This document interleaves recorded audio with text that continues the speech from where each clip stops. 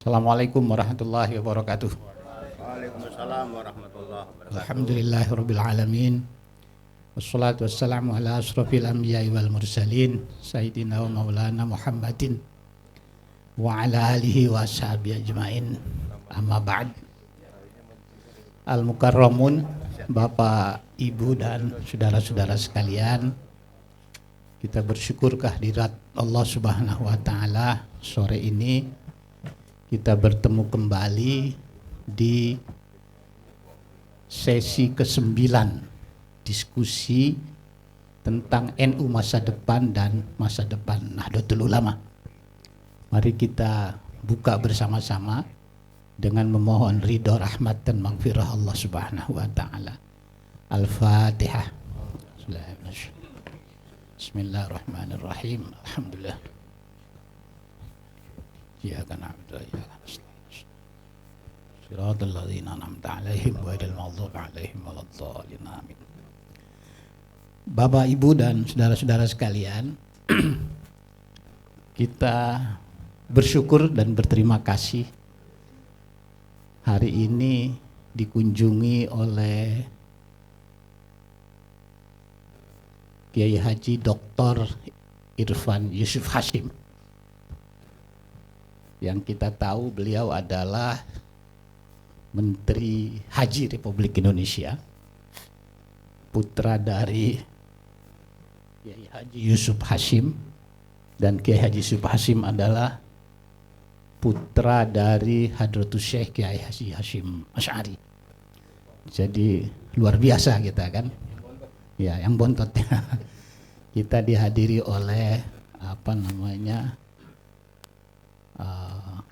kalau istilah hitungannya itu zuriyah bi ghairi hisab lah gitu ya, enggak. Iya kan? Ya maksum betul itu ya kan. Nah, kalau yang lain tuh kan zuriyah tapi masih ada pelenceng-pelencengnya lah. Kalau ini udah langsung jelas gitu. Soheh ya enggak. Ini hadir para senior Gus Menteri. Ini Kiai Mujib Rahmat, pernah menjadi politisi, saking lamanya dia sendiri bingung berapa lama kalau ditanyakan gitu ya kan. Ini Kiai Muzaki Kholis, ini pengusaha yang dolarnya lagi diributi sekarang ini kan gitu. Ini Ketua PCNU Jakarta Barat, Kiai Agus Salim. Ya, kalau orang lain pakai Gus, ini pakai Agus, nah, gitu. Ini Pak Soleh Amin, lawyer ini. Nah, di sana ada Kiai Haji Dr. Zainud Tauhid Saadi, dulu pernah Wakil Menteri Agama. Waktu jadi Wakil Menteri Agama itu kampanyenya satu-satunya jabatan yang ada di Quran itu wamen katanya. Wamen ayatihi. Nah, gitu kan. Di sebelah kiri ini ada Dr. Imam Suharjo. Ini ada Dr. Anwar Sanusi, Ketua Yayasan Perjalanan Haji Indonesia ini. Nah, ini Rais Syuriah PWNU, Kiai Ahmad Zahari. Sana ada Dr. Andi Najmi, ini Ketua Umum Rombongan Liar Muktamar ke-35. Nah, Rais Am, Romli. sebelah sana ada Kiai Dr. Abdul Halik Ahmad, Ketua Umum Silaturahmi Haji Indonesia. Sahi. Ada Dewan Pembina. Kalau dulu ada IP, sekarang Sahi kan. Nah, itu silaturahmi partai-partai ya. Itu ada Mas Andi Rahmat. Ini Hisminu. Himpunan Sekolah Madrasah Islam Nusantara. Wah, itu pesaingnya Pergunu. Ya. Ini satu-satunya yang tercantik gitu. Nah, Dr. Hajah Ma'rifah. Ya. Di samping kiri saya ini Profesor Dr. Endang Turmuzi, Sekjen PBNU zaman Kiai Hasyim Musadi. Tadi ada Suriah NU Jakarta itu mana, Kiai Lukman Hakim ya. Ya, ini Kiai Lukman Hakim. Gus Irfan, kita bincang-bincang bebas saja Gus ya, soal apa aja lah gitu. Jenengan di samping pemilik Trah yang Bigoiri Hisab tadi, tentu punya gagasan, pikiran-pikiran mengenai NU masa depan, terutama menjelang Muktamar ke-35. Dalam diskusi yang lalu-lalu, itu sering dibicarakan tentang ya semua berkeinginan apa yang seharusnya dibuat oleh NU. Yang terakhir, pikiran tersebut mengundang banyak tanggapan kritik karena disampaikan oleh Sekjen PKB yang mengatakan NU ini hanya berupa kerumunan katanya. Nah, kerumunan gitu. Ya, dan NU bergelar, berjuang, berjalan selalu asimetris. Salah satu yang menanggapi kerumunan dan asimetris itu Dr. Munawar Fuad itu. Nah, ini yang nggak setuju dengan pikiran-pikiran seperti itu. Oh, itu sih jangan kita ya. Iya. Nah, kemudian percakapan yang kedua soal kepemimpinan di Nahdlatul Ulama. Cara mendapatkan kepemimpinan, ada yang menggunakan sistem Ahlul Halli wal Aqdi sebagaimana yang sekarang tengah berlangsung di muktamar-muktamar yang lalu, dan sekarang ada yang menginginkan bahwa ketua umumnya juga itu harus dipilih oleh Ahlul Halli wal Aqdi. Jadi cabang nanti hanya mengajukan, lalu nama-nama itu ditabulasi dan nama-nama itu akan dipilih oleh Ahwa. Nah, saya menduga mekanisme seperti ini pasti akan ditolak oleh cabang-cabang. Dan kalau itu dilakukan, itu artinya menghilangkan kegairahan untuk hadir dan menghilangkan kegairahan untuk memilih. Nah, makna kegairahan dalam tanda petik ya begitu. Nah, kemudian muncul juga pikiran-pikiran kenapa NU tidak dikembalikan kepada masyayikh kan gitu. Kenapa NU tidak dikembalikan kepada muassis dan generasinya gitu. Nah, ini kalau dikembalikan kepada muassis berarti Gus Irfan yang paling punya otoritas kan ya. Mustahik ya. Mustahik kan. Kemudian muncul kenapa tidak dikembalikan kepada orang-orang yang memiliki kekuatan kuat di lingkungan pesantren-pesantren gitu. Nah, pikiran-pikiran ini selalu muncul menjelang muktamar. Nah, oleh karena itu diskusi yang kita lakukan adalah ya, kita ingin memberikan sumbang pikir bagaimana NU ini ke depan memasuki abad kedua ini menjadi NU yang terus bisa merespon kehidupan kemasyarakatan menjadi lebih baik. Begitu Gus, sekedar pengantar, dan kami persilahkan untuk Gus Irfan ya secara santai saja Gus untuk menyampaikan hal-hal yang menjadi pikiran dan menjadi nasihat, menjadi dambaan kita semua. Monggo.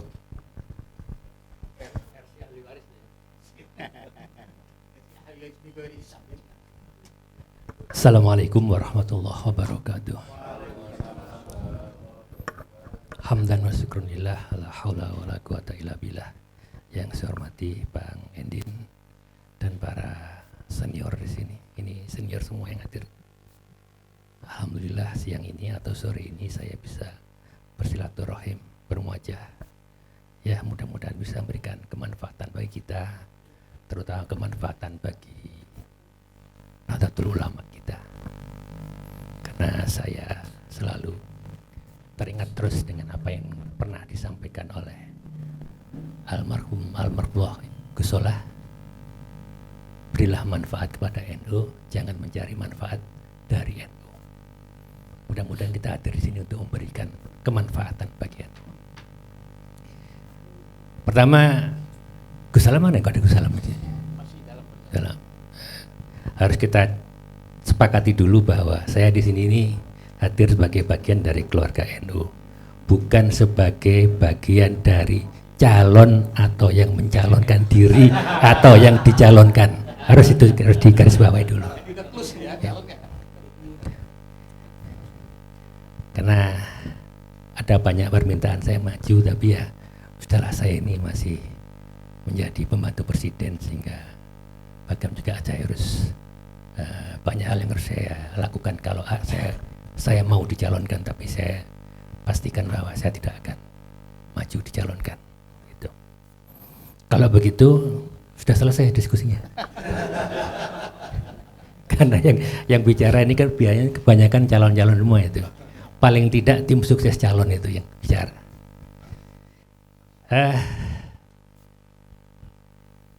Mungkin saya boleh orat-oratan saya ini ya, bahwa NU ini didirikan itu memang tahun 1926, tapi prosesnya kan tidak pada tahun itu. Banyak hal yang melatar belakangi itu, dari situasi umat yang dijajah, kemudian banyaknya aliran-aliran keagamaan baru yang masuk, kemudian situasi global juga seperti itu, banyak negara-negara muslim yang dijajah yang mulai bergolak. Demikian juga di Hijaz ada pergantian kekuasaan yang dikhawatirkan oleh para ulama itu, sehingga dikirimlah komite Hijaz ke sana, dan ternyata tidak cukup dengan komite Hijaz itu. Namanya komite kan ya, selesai tugasnya selesai, diperlukan organisasi yang tetap, yang bisa meneruskan cita-cita para muassis kemarin itu. Perlu dicatat, NU didirikan tahun 1926 itu pada saat Indonesia penduduknya sekitar 60-70 juta. Pendidikan mungkin tidak terlalu banyak, kalau toh banyak sebagian, kemungkinan besar sebagian dari pesantren. Ada berapa yang di luar pesantren itu orang-orang tertentu yang mungkin keluarga amtenar atau keluarga apa ya, pejabat ya yang gitu, semacam itulah. Sekarang situasinya berbeda, kita udah 100 tahun pertama sudah dicapai oleh NU dengan segala liku-likunya. Kemudian kita masuk 100 tahun kedua. Hari ini kita mempunyai penduduk 280 ya, sekian juta. Dengan komposisi pendidikan tentu pesantrennya tidak lebih banyak daripada non pesantren. Mungkin waktu didirikan 100 tahun pertama itu concernnya kepada santri-santri. Tapi kalau kita tahun kedua abad ini tetap berkonsentrasi di santri-santri, kemudian yang di luar santri itu mau diapakan?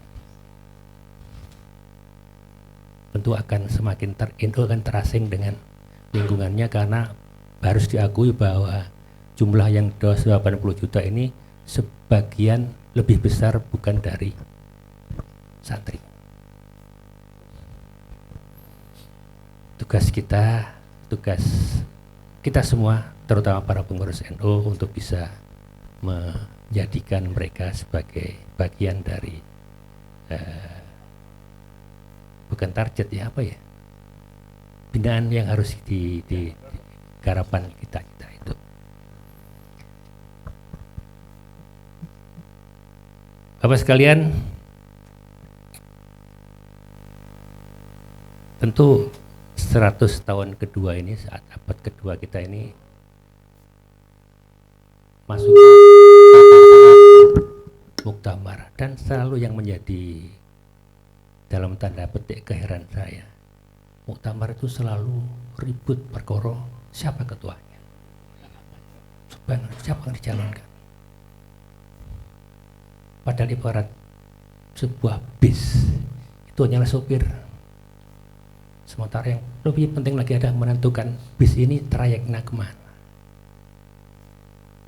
Yang mau diambil itu penumpang di mana saja. Itu tetap tergarap, tapi tidak tergarap dengan serius atau gimana. Karena komisi yang terkait dengan pemilihan ini pasti yang lebih seksi dilihatnya. Bicara tentang kepemimpinan NU tentu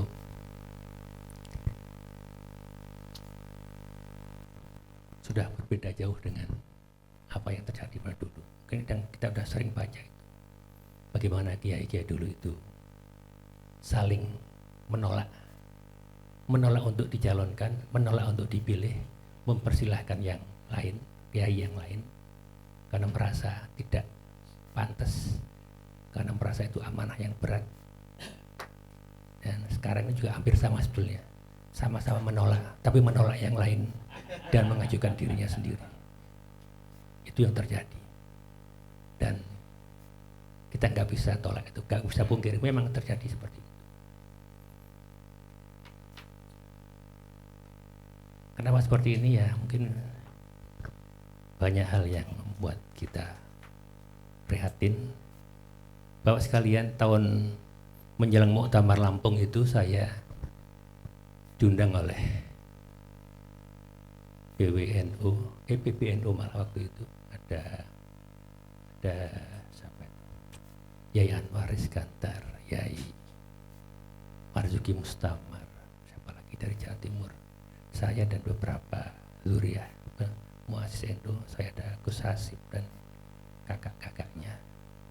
Saya kemudian ada ditanyakan perkembangan, saran-saran. Seperti sekarang ini saran, tapi enggak sebanyak ini. Saya sampaikan bahwa seperti yang tadi saya sampaikan, dulu orang saling menolak, sekarang saling menolak orang lain. Bahkan yang sangat memprihatinkan waktu itu saya sampaikan bahwa yang merasa layak dicalonkan itu bergerilya kemana-mana dengan membawa istilahnya sodakoh, nggak tahu sodakoh ikhlas atau nggak ikhlas nggak tahu. Dan yang memprihatinkan itu menjelang 2020 berapa itu ya? Itu yang memprihatinkan saya. Mereka ini sowan ke pejabat-pejabat minta restu. Bukan minta restu saja, dan minta sangu. Itu yang saya sampaikan pada kiai dan nggak tahu waktu itu secara nggak sadar saya nangis. Tapi ya tangisan tetap tangisan. Semua itu berjalan seperti sedia kala, tidak ada perubahan. Saya beliau berharap 2019 itu saya akan bagian dari sedikit orang NU yang ada di tim pemenangan Prabowo Sandi. Waktu itu semuanya orang NU ngeblok di sana. Waktu itu saya sempat berbincang-bincang dengan calon presidennya. Saya sampaikan, Pak, nanti saya titip satu, kalau nanti jenengan terpilih, tolong NU dilindungi dari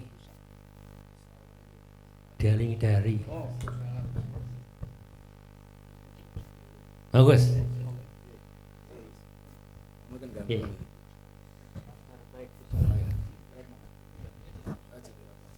Bang, ampun. Sesama cucu nggak apa-apa langsung dilewati ya nggak?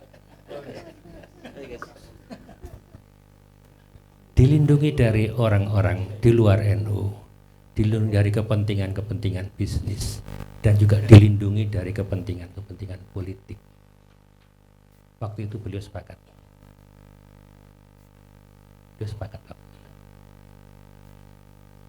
Dan ternyata beliau tidak terpilih waktu itu.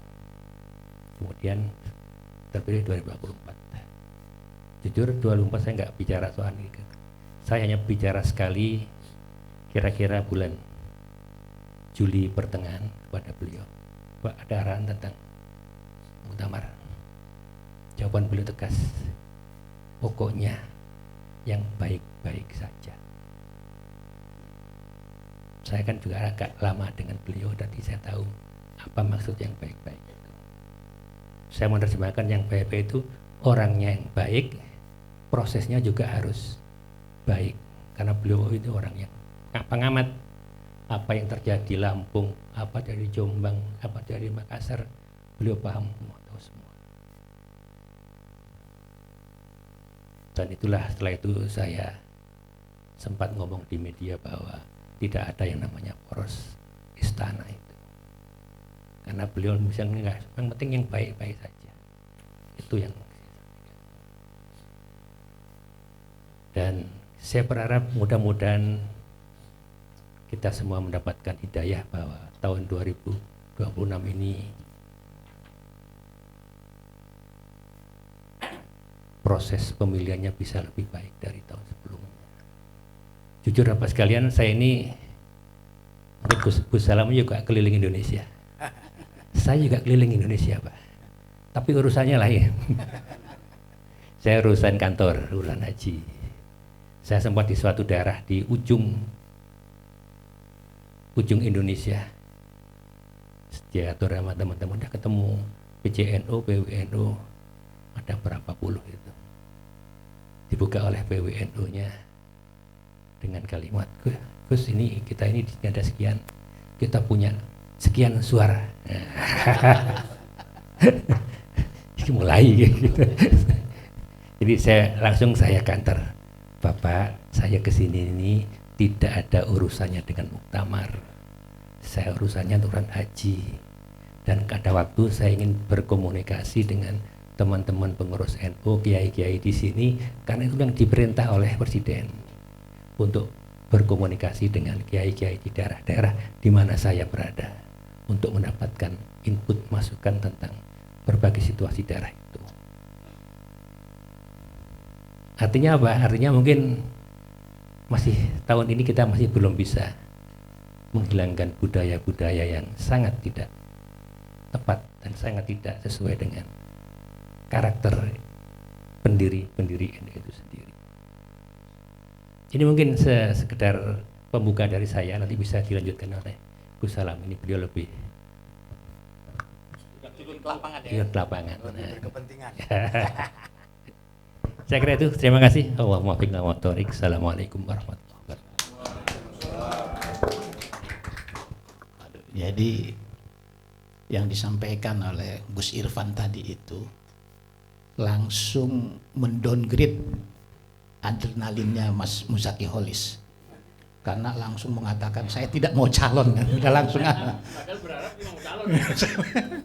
habis permainan lah gitu kan. Nah, kan tutup buku ya. Tapi masih bisa digoyang kan? Udah sore enggak bisa. Oh, udah sore. Udah sore. Kita kehadiran Kiai Haji Abdus Salam Sohib Gus Salam ini luar biasa, kita memperoleh keberkahan sore ini. Ini diskusi yang ke-9, dua cucu muassis pendiri langsung Nahdlatul Ulama hadir, dan dua cucu, satu Rois Akbar, satu Rois Am. Rois Akbar Hadratus Syekh Hasyim Asy'ari punya anak Kiai Yusuf Hasyim. Kiai Yusuf Hasyim punya anak Gus Irfan Hasyim, Yusuf Hasyim.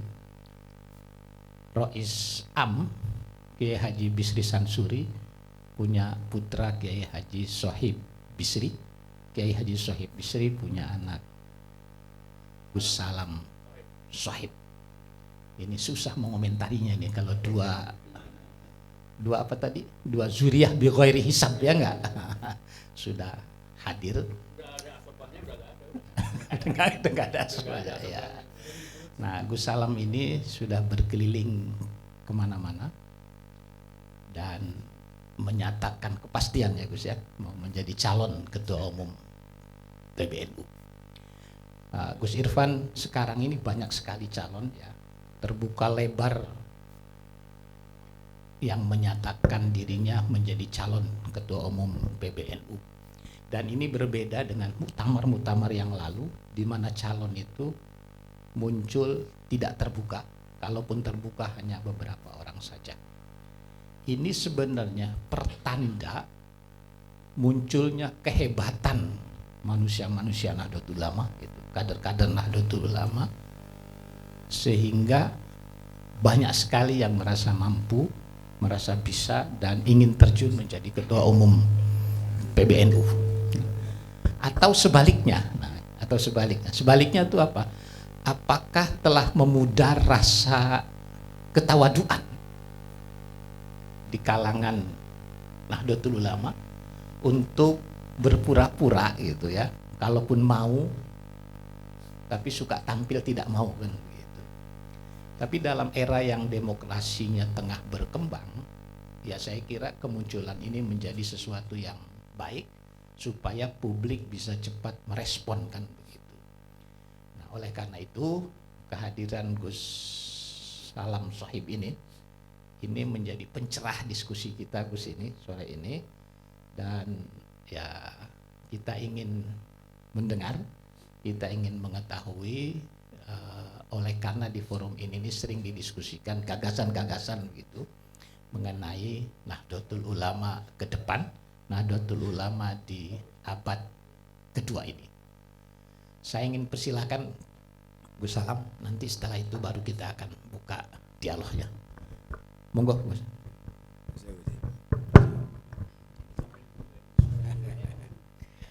Assalamualaikum warahmatullahi wabarakatuh.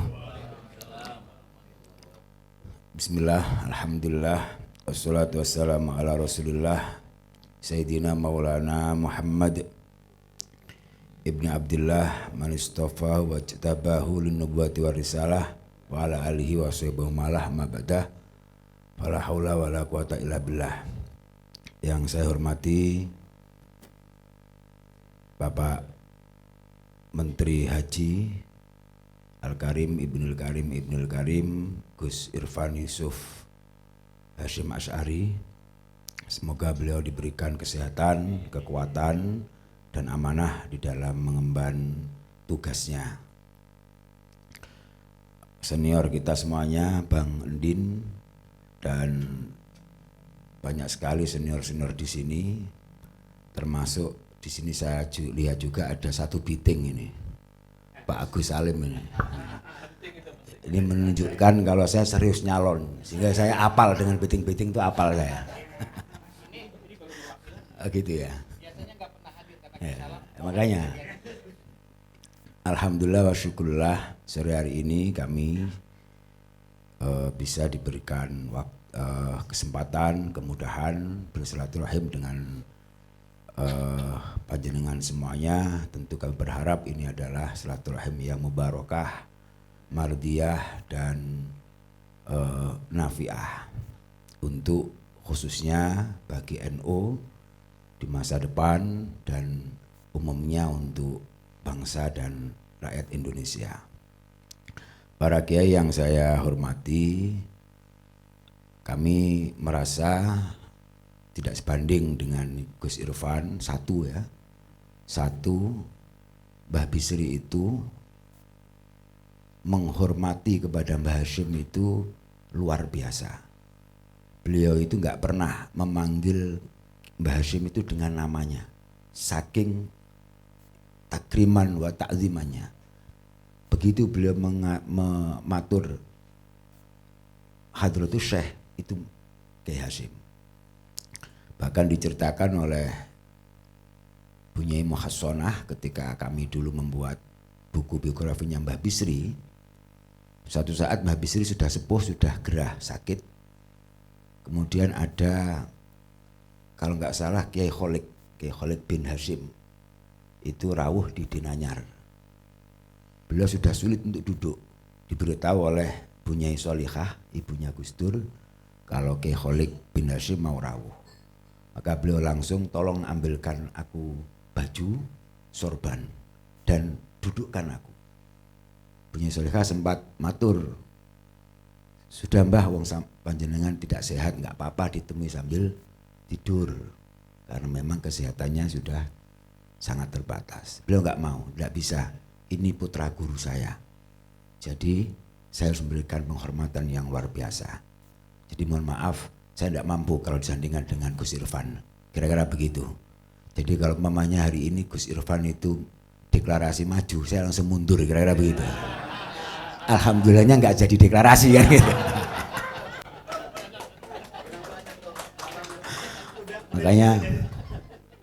Makanya kita harap keramatnya beliau diberikan ke saya kan gitu. Para kiai yang saya muliakan, loh kita kalau masalah masuk ahlinya Pak.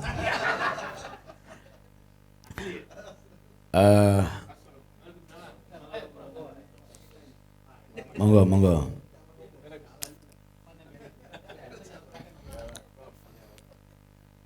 Saya lanjutkan ya. Jadi sebelum saya berkeliling untuk silaturahim dengan PWPC se-Indonesia, saya sudah sowan ke beliau. Termasuk saya sudah sowan ke Gus Kikin juga. Gus Kikin itu kalau dengan ibu saya sepupu dari jalur Pacul Goang. Saya sowan beliau dan meminta doa restu ke beliau Gus Irfan terkait dengan niat saya untuk ikhtiar. Dan yang saya sangat berkesan dengan apa yang beliau sampaikan waktu itu adalah menanyakan apakah mungkin muktamar ke depan ini bisa bersih dari perang logistik. Itu pertanyaan beliau kepada saya. Dan saya menjawab mungkin, tapi kalau muktamar hari ini kayaknya berat. Alasan saya apa?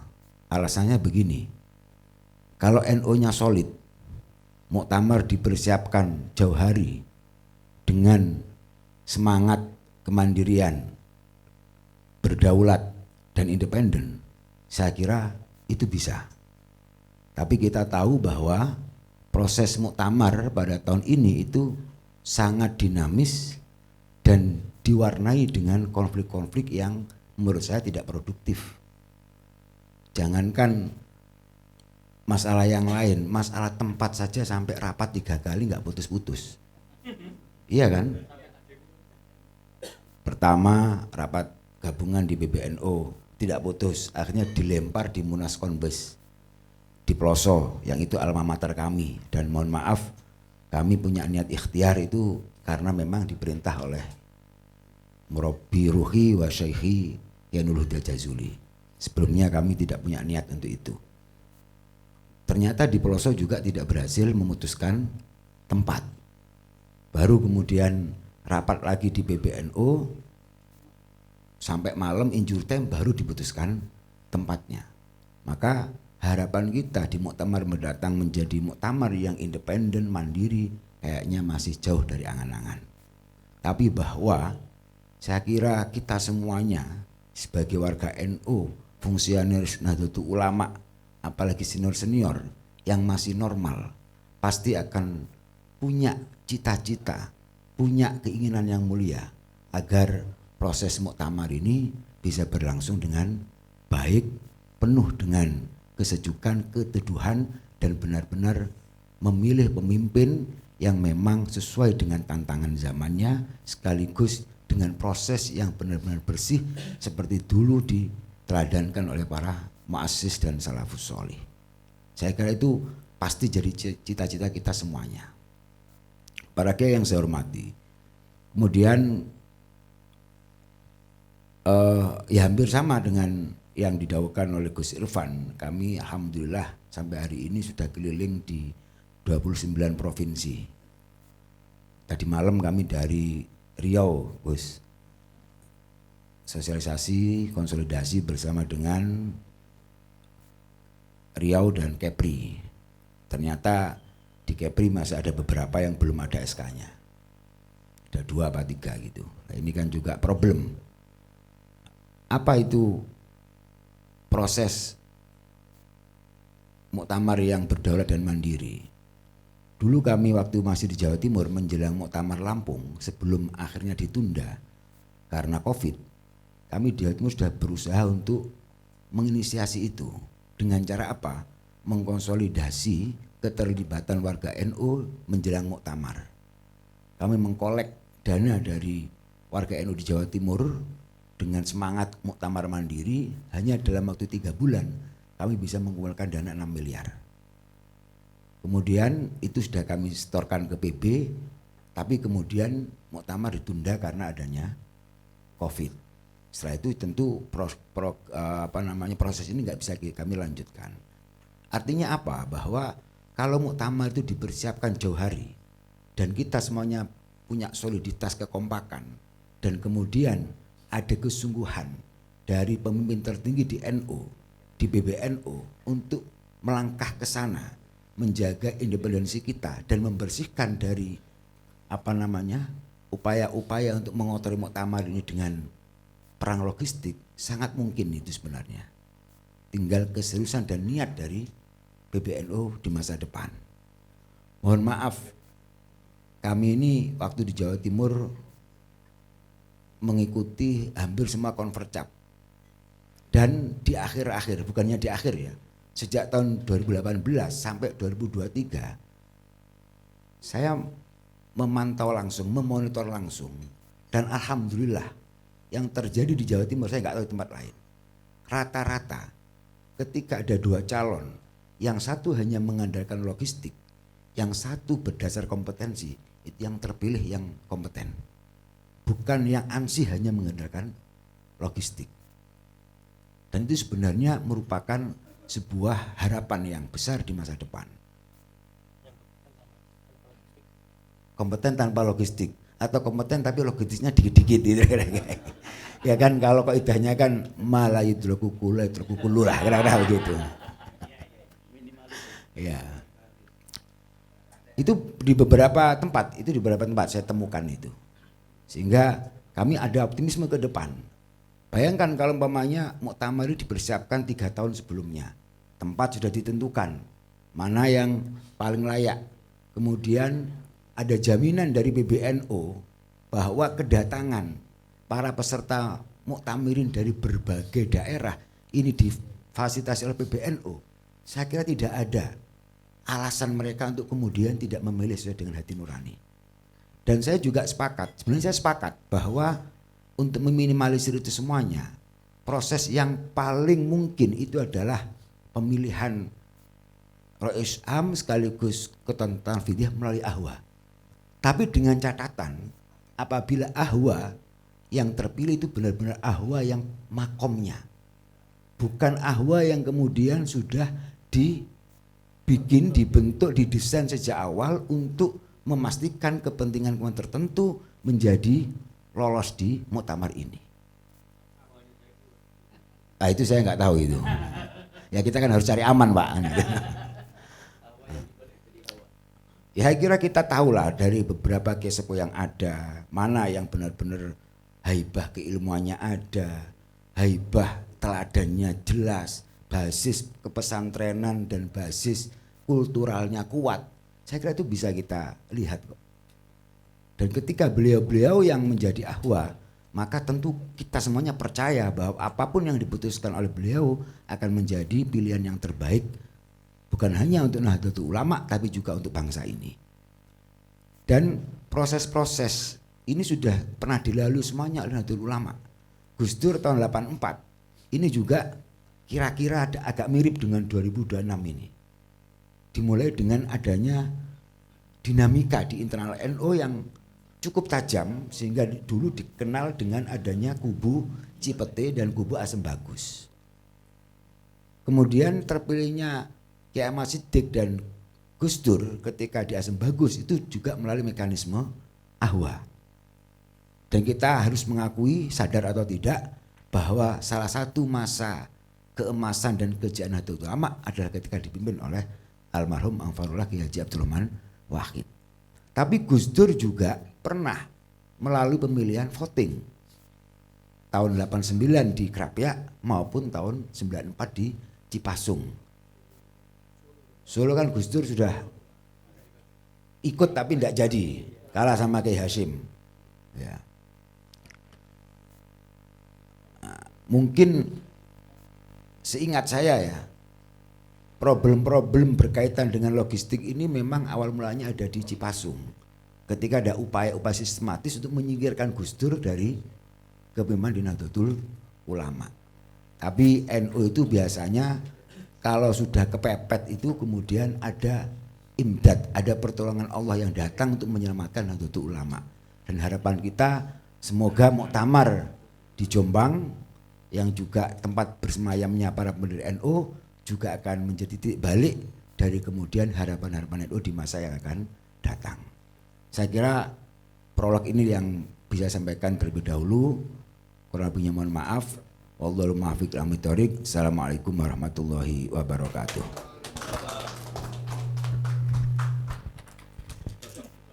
Ya, terima kasih Gus Salam.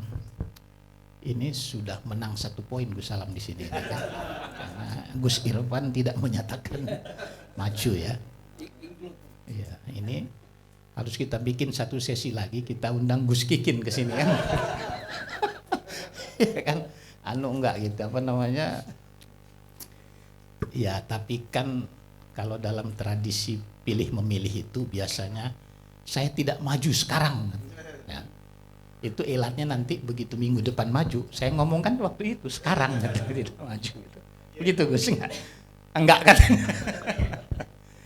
Ya, Gus Salam bilang itu sekarang calon itu ya kategorinya itu ada yang kompeten tapi tidak punya logistik kan gitu. Minim logistik, atau tidak kompeten tapi logistiknya kuat. Yang celaka itu tidak kompeten dan tidak punya logistik. Nah, itu yang celaka. Hah? Berani calon. Berani calon. Berani calon begitu. Itu Romli ya. Iya, Bapak sekalian, kita akan masuk ke sesi apa namanya ngobrol-ngobrol lah gitu ya, nggak, supaya enak, supaya cair. Ini ada apa namanya ketua umum rombongan liar muktamar itu, Pak Andi Najwi. Kita serahkan beliau lah yang jadi hostnya lah ya, Pak Andi ya. Hah? Ya nggak apa-apa nanti saya. Ya silakan. Mana itu atunya mic-nya? Silakan Pak Andi. Ya. Ya.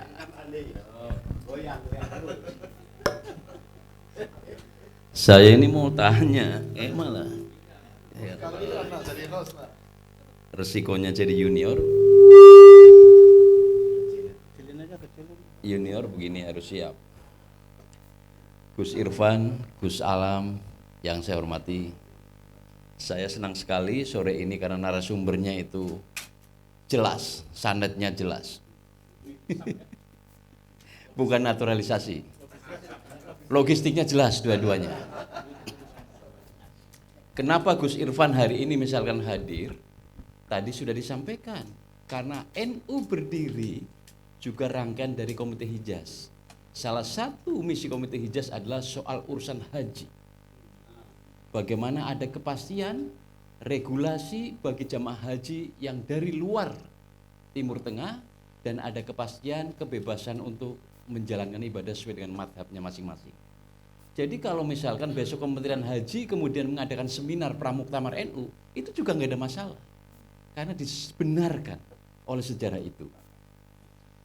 Begitu Gus, kira-kira. Gus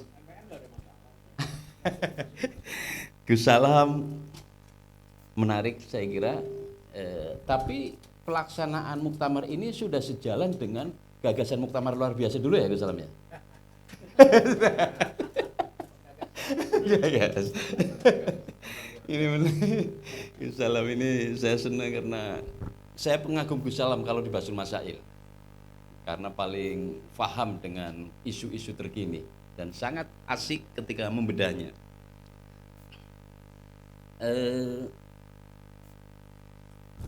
Sebelum saya memberikan kesempatan kepada bapak-bapak ini untuk memperdalami, berdiskusi lebih lanjut, saya ingin bacakan dulu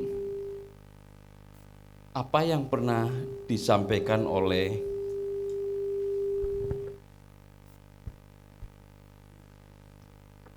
Hadratus Syekh Hasyim Asy'ari, tapi saya gunakan dengan bahasa Gen Z. Gen Z itu menyampaikan pesannya Mbah Hasyim begini: siapapun yang rawat NU atas nama Allah buat ngejaga Islam aswaja, aku anggap santriku, sumpah bakal aku doain, kata Gen Z, husnul khotimah buat dia dan anak cucunya. Ini bahasanya Gen Z. Kalau bahasanya Hadrotes saya mungkin nggak seperti itu aslinya. Itu kata Gen Z. Bagaimana pesannya Mbah Wahab yang diungkapkan oleh Gen Z? Kata Gen Z begini, sumpah kekuatan NU tuh kayak meriam asli. Kayak meriam asli. Bener-bener meriam, tapi hati mereka dibikin galau oleh propaganda gila-gilaan. Sampai senjatanya dibilang cuma kayu doang. Itu kayak Gen Z, menirukan bahasanya Mbah Wahab. Nah, ini yang berikutnya. Apa kata Gen Z ketika menirukan pesannya Mbah Bisri Sansuri? Jaga integritas, jauhi barang subhat. NU harus bersih dari tekanan politik penguasa maupun materi. Itu Gen Z membahasakan pesannya Mbah Bisri Sansuri. Ini 3 pesan yang sungguh mulia, sungguh agung, sungguh penuh makna dibahasakan oleh generasi sekarang. Saya kira harus ditangkap oleh para kandidat bagaimana NU bisa bertahan di abad keduanya. Dan pesan-pesan itu ternyata masih tetap relevan bagi Gen Z. Nah pertanyaannya, kalau di saat beliau-beliau masih sugeng, kontestasi yang terjadi setiap tahun itu biasa-biasa saja itu. Yang ada perang gagasan ada. Tapi tidak ada perang logistik. Pasca Indonesia Merdeka, 46 baru ada muktamar lagi. Itu masih perang gagasan. Tidak ada perang logistik juga.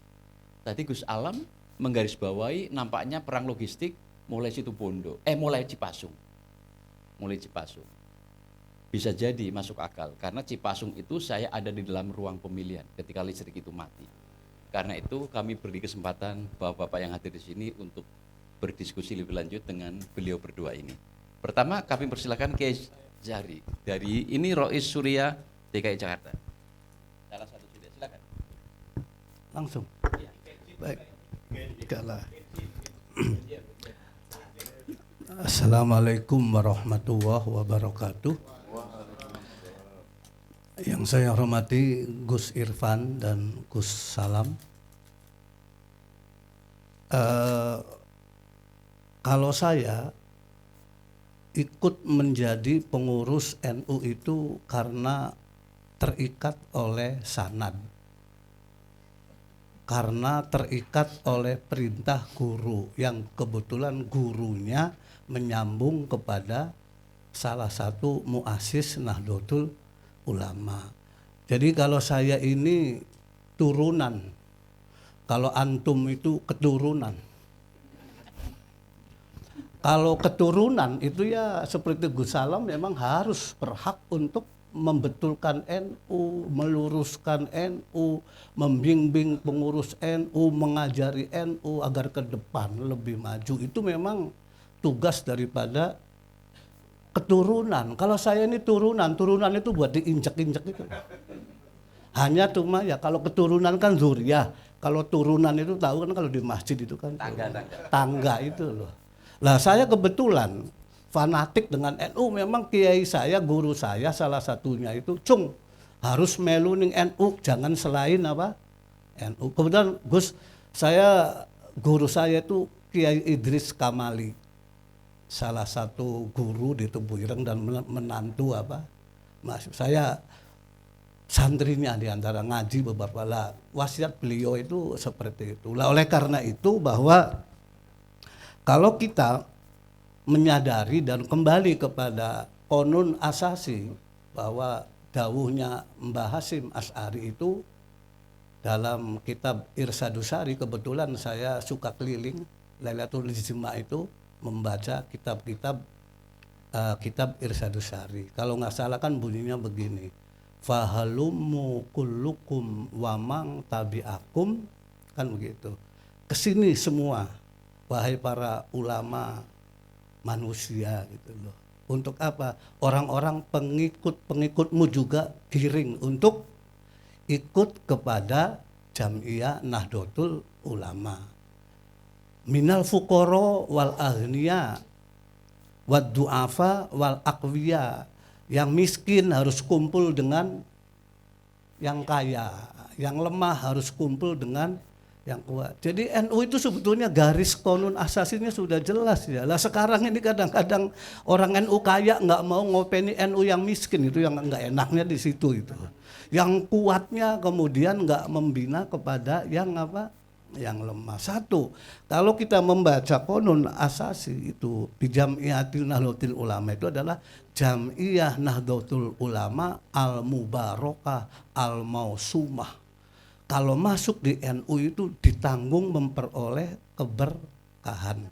Kemudian udkhuluha bi Jam'iyati Nahdlatul Ulama bit ta'alluf wal ittihad wa tarahum. Bahkan di sana disebutkan fil arwahi wal jasadi. Ini luar biasa kalau semua memahami itu. Jadi sebetulnya nggak ada tuh ricuh, nggak ada ribut sebetulnya harusnya ya. Karena apa? Kalau sudah masuk NU itu terikat dengan arwah dan apa? Ya, jadi nggak ada dengar lagi kelompok Rois Suriah berantem sama Tanfidiyah. Saya pesen Gus ini ke depan itu tolong sebagai Zuriyah ya, kami mendukung penuh harus dikembalikan supaya NU masa depan itu kayak apa dan masa depan NU itu seperti apa. Zamannya Gus Dur itu jangankan orang NU, di luar NU aja pengen masuk NU. Orang Kristen pengen dapat Kartanu gitu, karena pengen kecipratan barokahnya gitu loh. Sekarang jangankan orang lain, yang di dalam aja pada kabur. Pada nggak mau. Oleh karena itu antum sebagai Zuriyah ini dari hati yang sangat dalam ini. Sudah saatnya mengembalikan muruah dan tujuan yang apa yang sudah dipesan, yang sudah digariskan oleh ya muassis Nahdlatul Ulama dan antum sebagai Zuriyahnya. Adapun peranan sebagai Menteri Haji dan nanti ketum itu cuma beda peranan aja Gus, intinya sama kan. Ya intinya sama tujuannya kan. Ya kan gitu kan, berdirinya NU ya karena masalah haji, pergolakan di sana, apalagi nanti ketum. Satu lagi Gus, boleh pesen ya Gus. Jadi andekan antum nanti terpilih menjadi ketum PBNU nih Gus, saya doakan ya Gus. Ya ini Gus salam. Iya. Gus kalau bisa itu memilih pengurusnya sebagian itu 50% minimal yang tinggal di Jakarta Gus, supaya komunikasi dan koordinasinya sangat apa?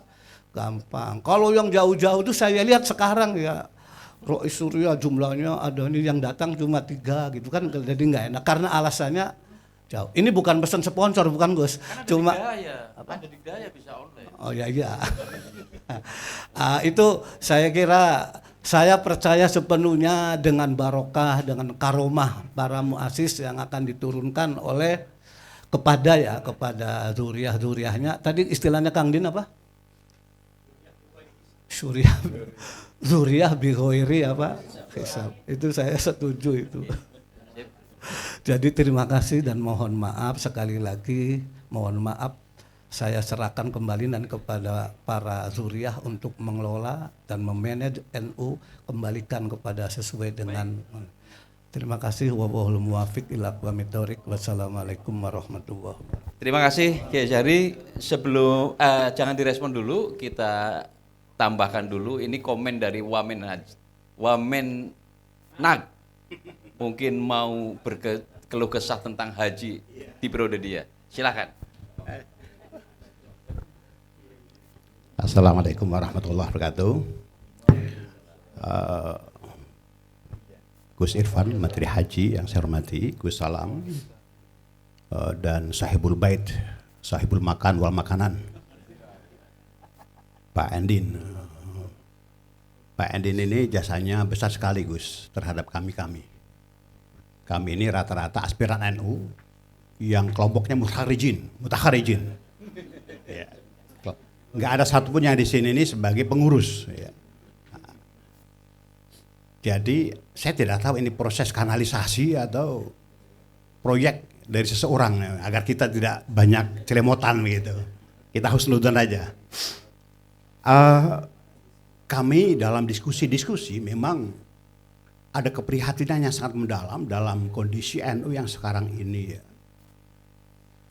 Betul kata Rois Suriah, jangankan yang di luar, yang di dalam saja pengen keluar gitu. Karena saking beban psikologisnya itu sangat besar.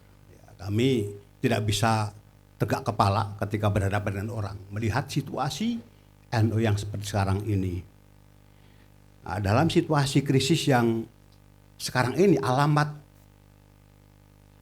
kesalahan itu dialamatkan kepada para pemegang mandatori. Ya, sehingga ada pemeo la Yusufa wala Yahya illa Irfan.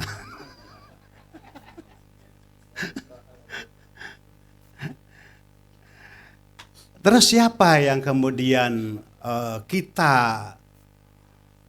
harapkan untuk bisa mengambil tanggung jawab? Ya tentunya ada kaidah yang baik ya, al-khuruj minal khilaf mustahab ya. Saya kira keluar dari yang berkonflik itu adalah satu hal yang dianjurkan. Nah, siapa itu? Saya kira salah satunya adalah, atau salah duanya ada di sini. Pak Menteri, Gus Irfan, dan juga Gus Salam. Kalau Pak Menteri sama sekali tidak terdengar masuk dalam wilayah konflik. Kalau Gus Salam ini ada sedikit ya masuk konflik, tapi masih dimaafu itu. Ya, jadi konfliknya masih bisa dimaafu Gus. Jadi tidak terlalu berat begitu. Nah, kami tentu berharap bahwa dalam posisi ini ya mudah-mudahan ada ilat baru. Ada ilat baru. Saya teringat cerita dari almarhum Pak Yusuf Hasim. Ketika beliau membawa pasukan Laskar Hizbullah, ada dua situasi yang dilematis. Dia atau beliau ketika harus maju berhadapan dengan tank, berhadapan dengan meriam, dan seluruh perangkat-perangkat tentara yang cukup kuat. Artinya kalau beliau tetap maju, itu konyol, itu fatal. Itu pasti setor nyawa. Begitu. Tapi kalau mundur, itu namanya bugot itu. Itu namanya bugot. Lari dari tanggung jawab, itu bugot itu. Sehingga apa perintah beliau? Miring. Jadi perintah beliau adalah jalannya miring. Saya nggak tahu Gus Irfan ini apakah mengambil jalan seperti itu, seperti abahnya. Karena beliau memang dihadapkan pada dua situasi, maju terkena perkum, mundur itu dianggap sebagai buhut. Apakah juga panjenengan akan mengambil jalan miring begitu? Mohon mudah-mudahan pada situasi ini harapan kami semuanya ada yang berkenan untuk menyelamatkan NU. Saya kira itu catatan kecil saya. Terima kasih. Terima kasih. Sebelum direspon kita tambahkan satu lagi untuk sesi ini. Pak Holik silahkan Ketua Syahi. Saya sudah persilakan Bu Marifah tapi katanya laki-laki saja mewakili. Pak Holik berminat? Oke. Perempuan. Assalamualaikum warahmatullahi wabarakatuh. Gus Irfan dan Gus Salam yang saya hormati.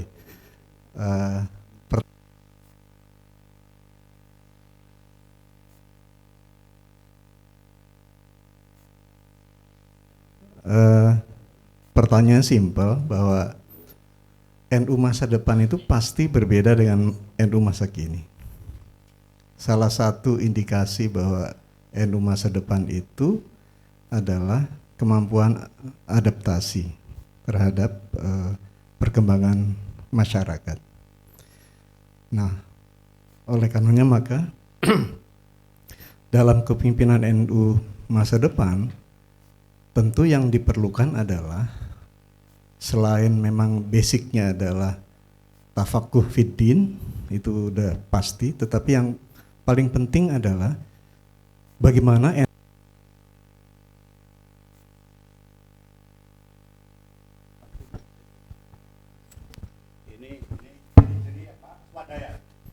Ya, biar repet ini.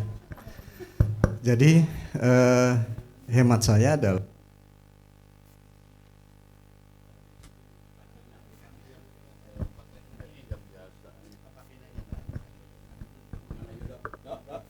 cek. Ya. Jadi pertanyaannya simple.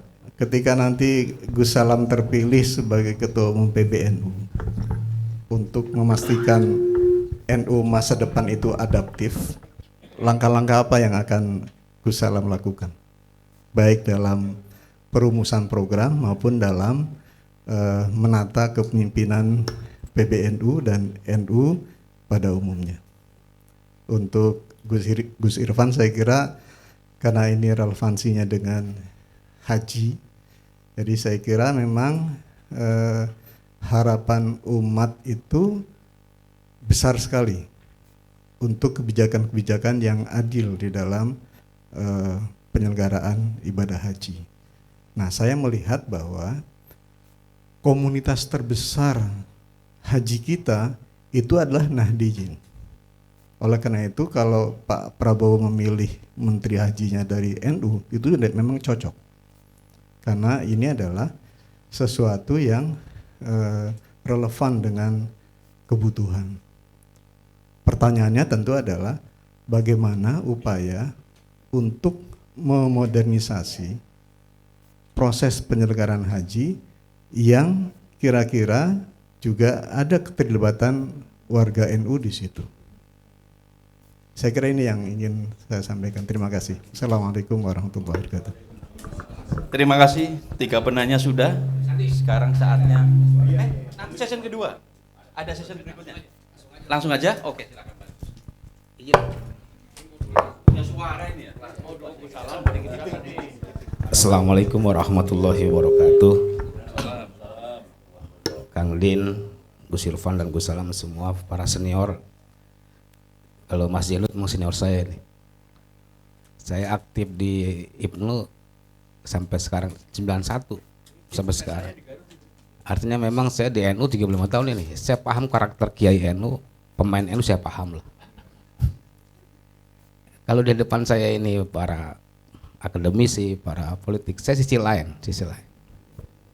Sisi supranatural saya lihat ini.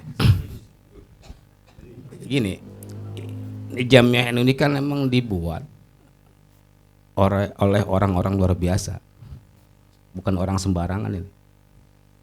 Dengan cara tidak sembarangan juga. Kumpul Kang Din jadi begini. Ini masih sembarangan namanya ini, bisa bubar kapan aja nih gitu. Maka jangan disembarangan ya Jamiah NU. Karena saya yakin bahwa kalau saya pernah baca sejarah NU itu, cara buatnya juga luar biasa nih. Ada yang ke Mekah, ada yang uzlah, ada yang istihoro, sehingga pakai Haji Ridwan juga nongol logo NU melalui mimpi segala macam. Artinya langit ikut campur ini. Langit ikut campur membentuk Jamiah kita. Makanya jangan disembarangin. Niatnya dibenerin, masuk gitu, Gus Salam. Tahu nggak?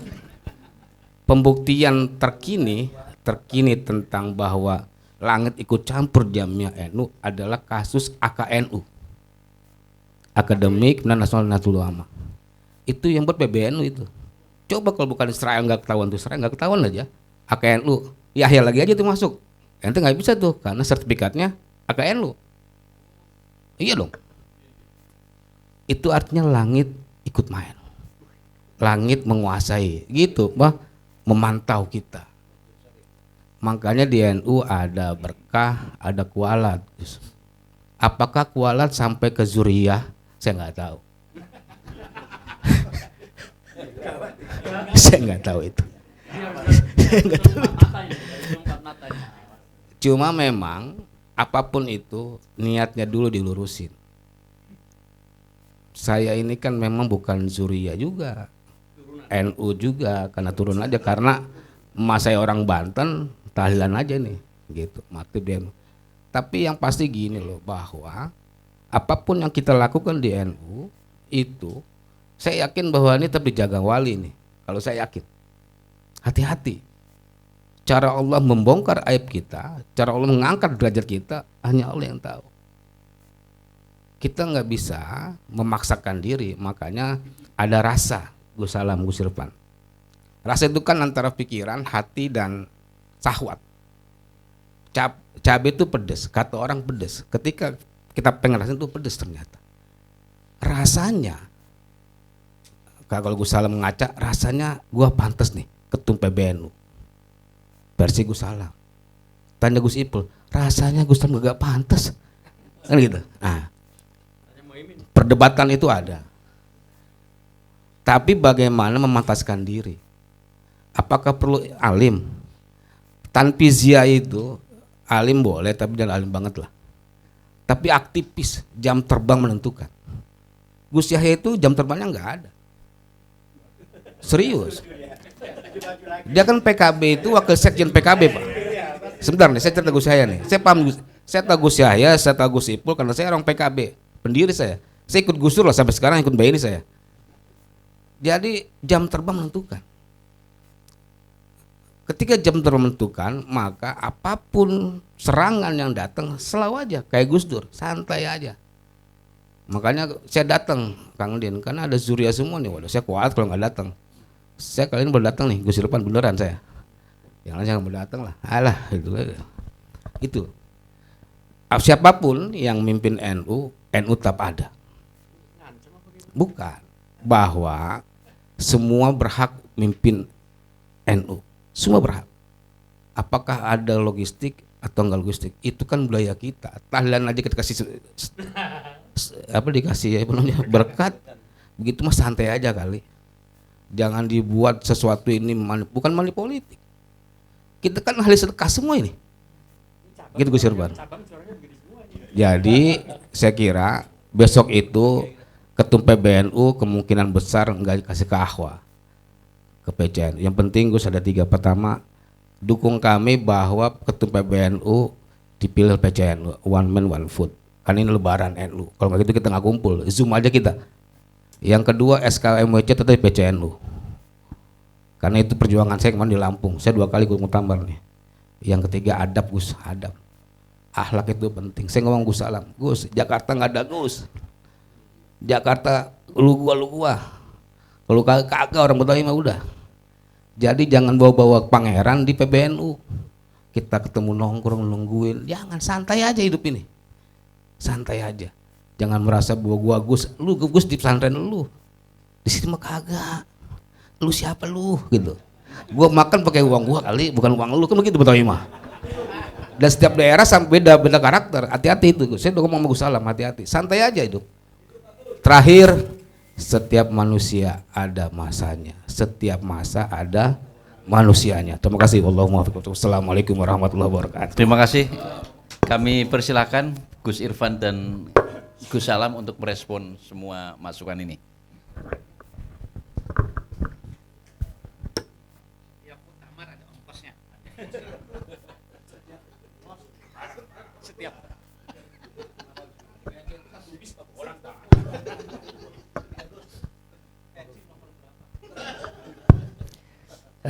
Banyak masukan dari para senior di sini.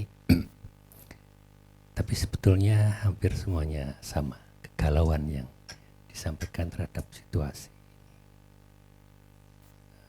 Mudah-mudahan ini kegalauan ini bisa sampai ke teman-teman yang ada di Keramat sana, sehingga mereka bisa mengurangi kegalauan teman-teman di sini itu dengan berbagai tindakan-tindakan yang sesuai dengan harapan kita semuanya.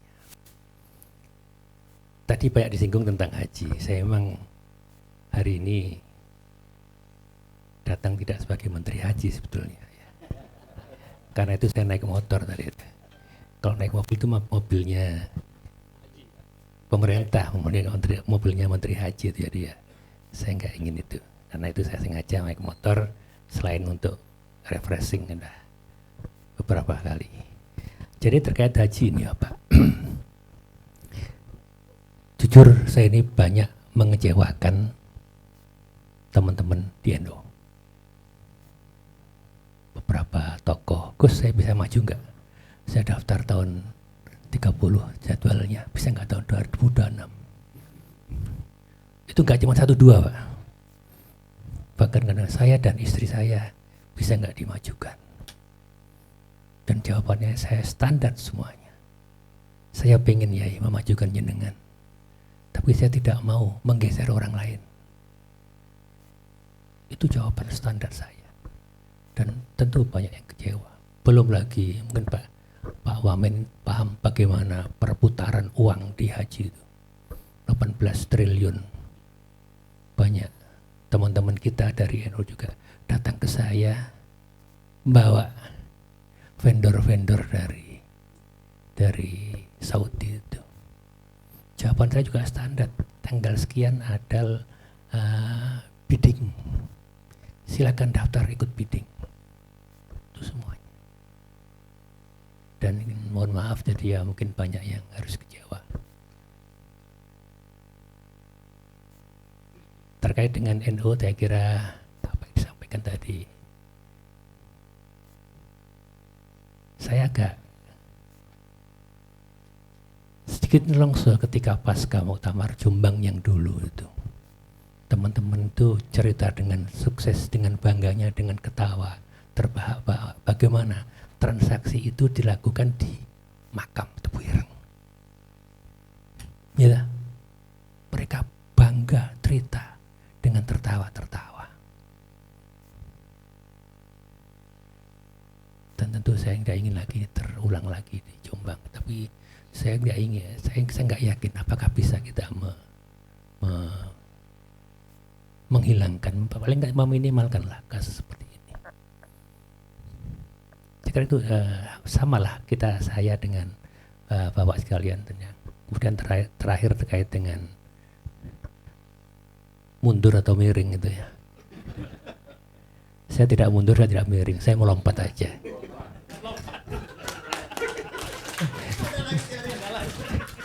Bisa melompat ke depan, melompat ke samping kiri, atau melompat ke samping kanan, tergantung situasinya.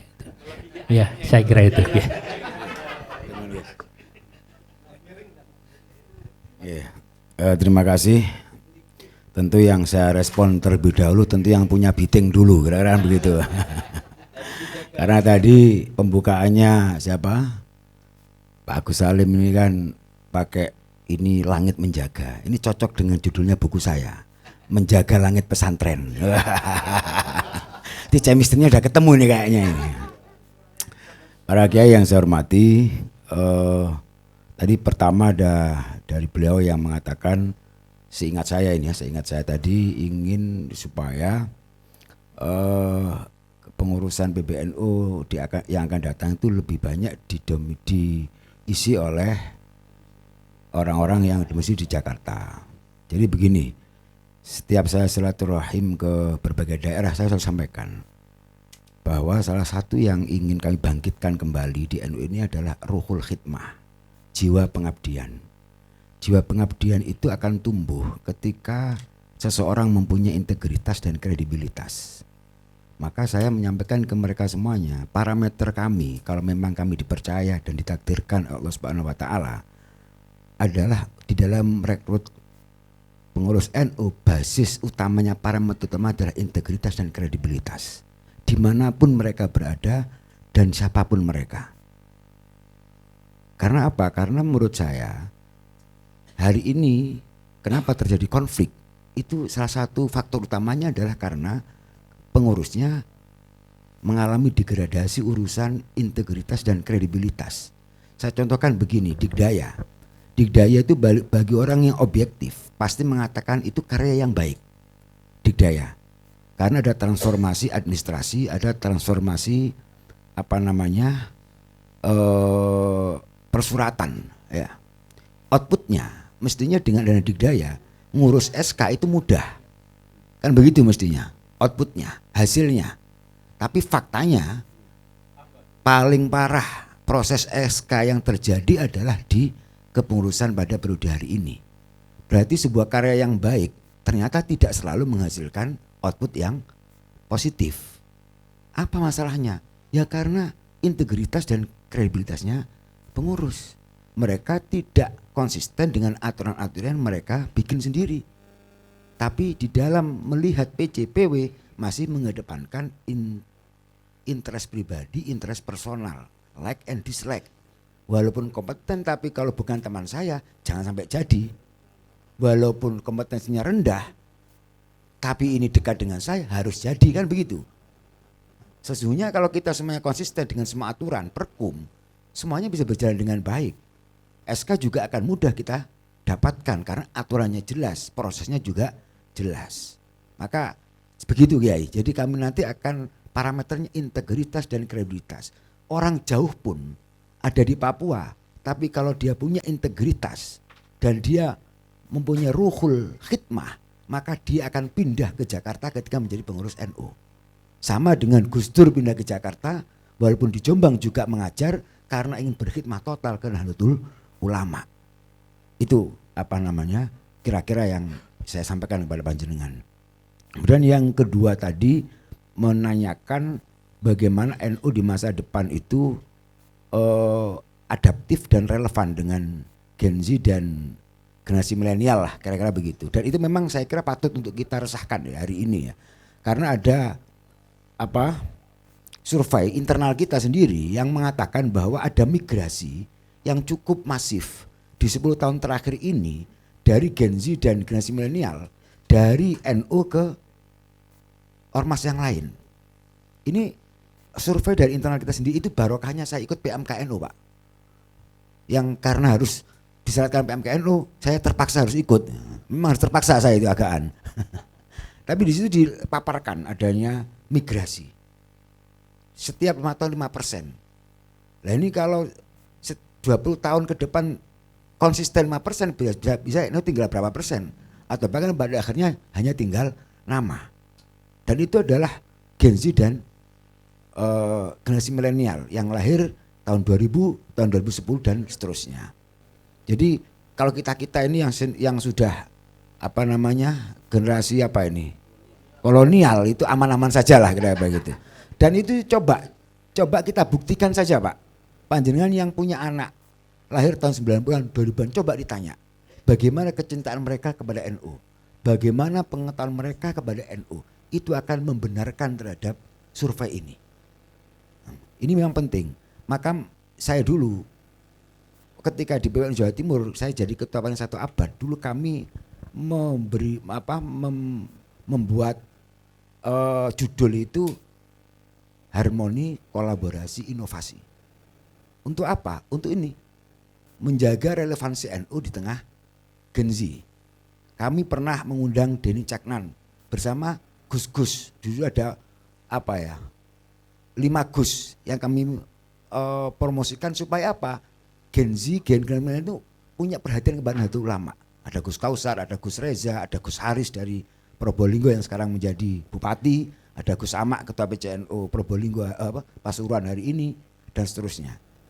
Kemudian kami walaupun kontroversi ya, walaupun saya agak dimarahin sama kiai-kiai, kami pernah membuat yang namanya Tupal Fashion Night, Tugu Pahlawan Fashion Night. Itu saat rame-ramenya fashion di jalan itu loh, di Jakarta yang nyabrang jalan itu, ya kan? Apa itu lupa saya namanya. Itu kan pernah itu booming, viral itu. Nah, ya Citayam itu. Itu kami bikin yang Tugu Pahlawan Fashion Night karena malam hari. Itu memperingati 1 abad Nahdlatul Ulama. Itu inovasi yang kami lakukan. Dan itu memang penting menurut saya untuk menjaga relevansi NU di tengah. Dan kenapa kami mengatakan harmoni? Karena anak sekarang itu paling risih dengan kegaduhan. Sementara hari ini kita tiada hari tanpa kegaduhan. Maka itu mempercepat migrasi mereka kepada tempat yang lain. Makanya saya kira ya kita semuanya menyuarakan bagaimana agar periode ini yang jelas-jelas memberikan dampak-dampak yang kurang baik ya harus diakhiri Pak. La yuldahul mu'minu fi juhurin wahidin marotain. Seorang mukmin itu yang intelek, yang tidak tolol adalah orang yang tidak akan terjerumus di lubang yang sama dalam sebuah kesalahan. Saya kira panjenengan punya beban moral juga untuk menyuarakan ini. Jangan saya saja gitu maksudnya. Walaupun jenengan nggak nyalon, suarakan ini. Jangan sampai harus ada perubahan. Kalau ini dibiarkan dan kemudian potensi-potensi konflik di masa depan, kepengurusan yang tidak berintegritas dan kredibilitas terus berlanjut, saya kira ya fanta diri sa'ah. Saya kira sangat mengkhawatirkan itu. Dan ini muktamar ini momentum. Momentum untuk apa ya? Apakah kita akan larut dalam hal-hal yang tidak substantif tapi selalu gaduh, atau kita mau untuk berusaha bersama-sama kembali rekonsiliasi menyeluruh dan kemudian muhasabah dan kemudian mau memperbaiki diri. Dan yang ketiga dari Prof. Zainul Tauhid tadi kan mengatakan saya ini terlibat dalam konflik gitu. Ini kurang tepat ini kayaknya ini.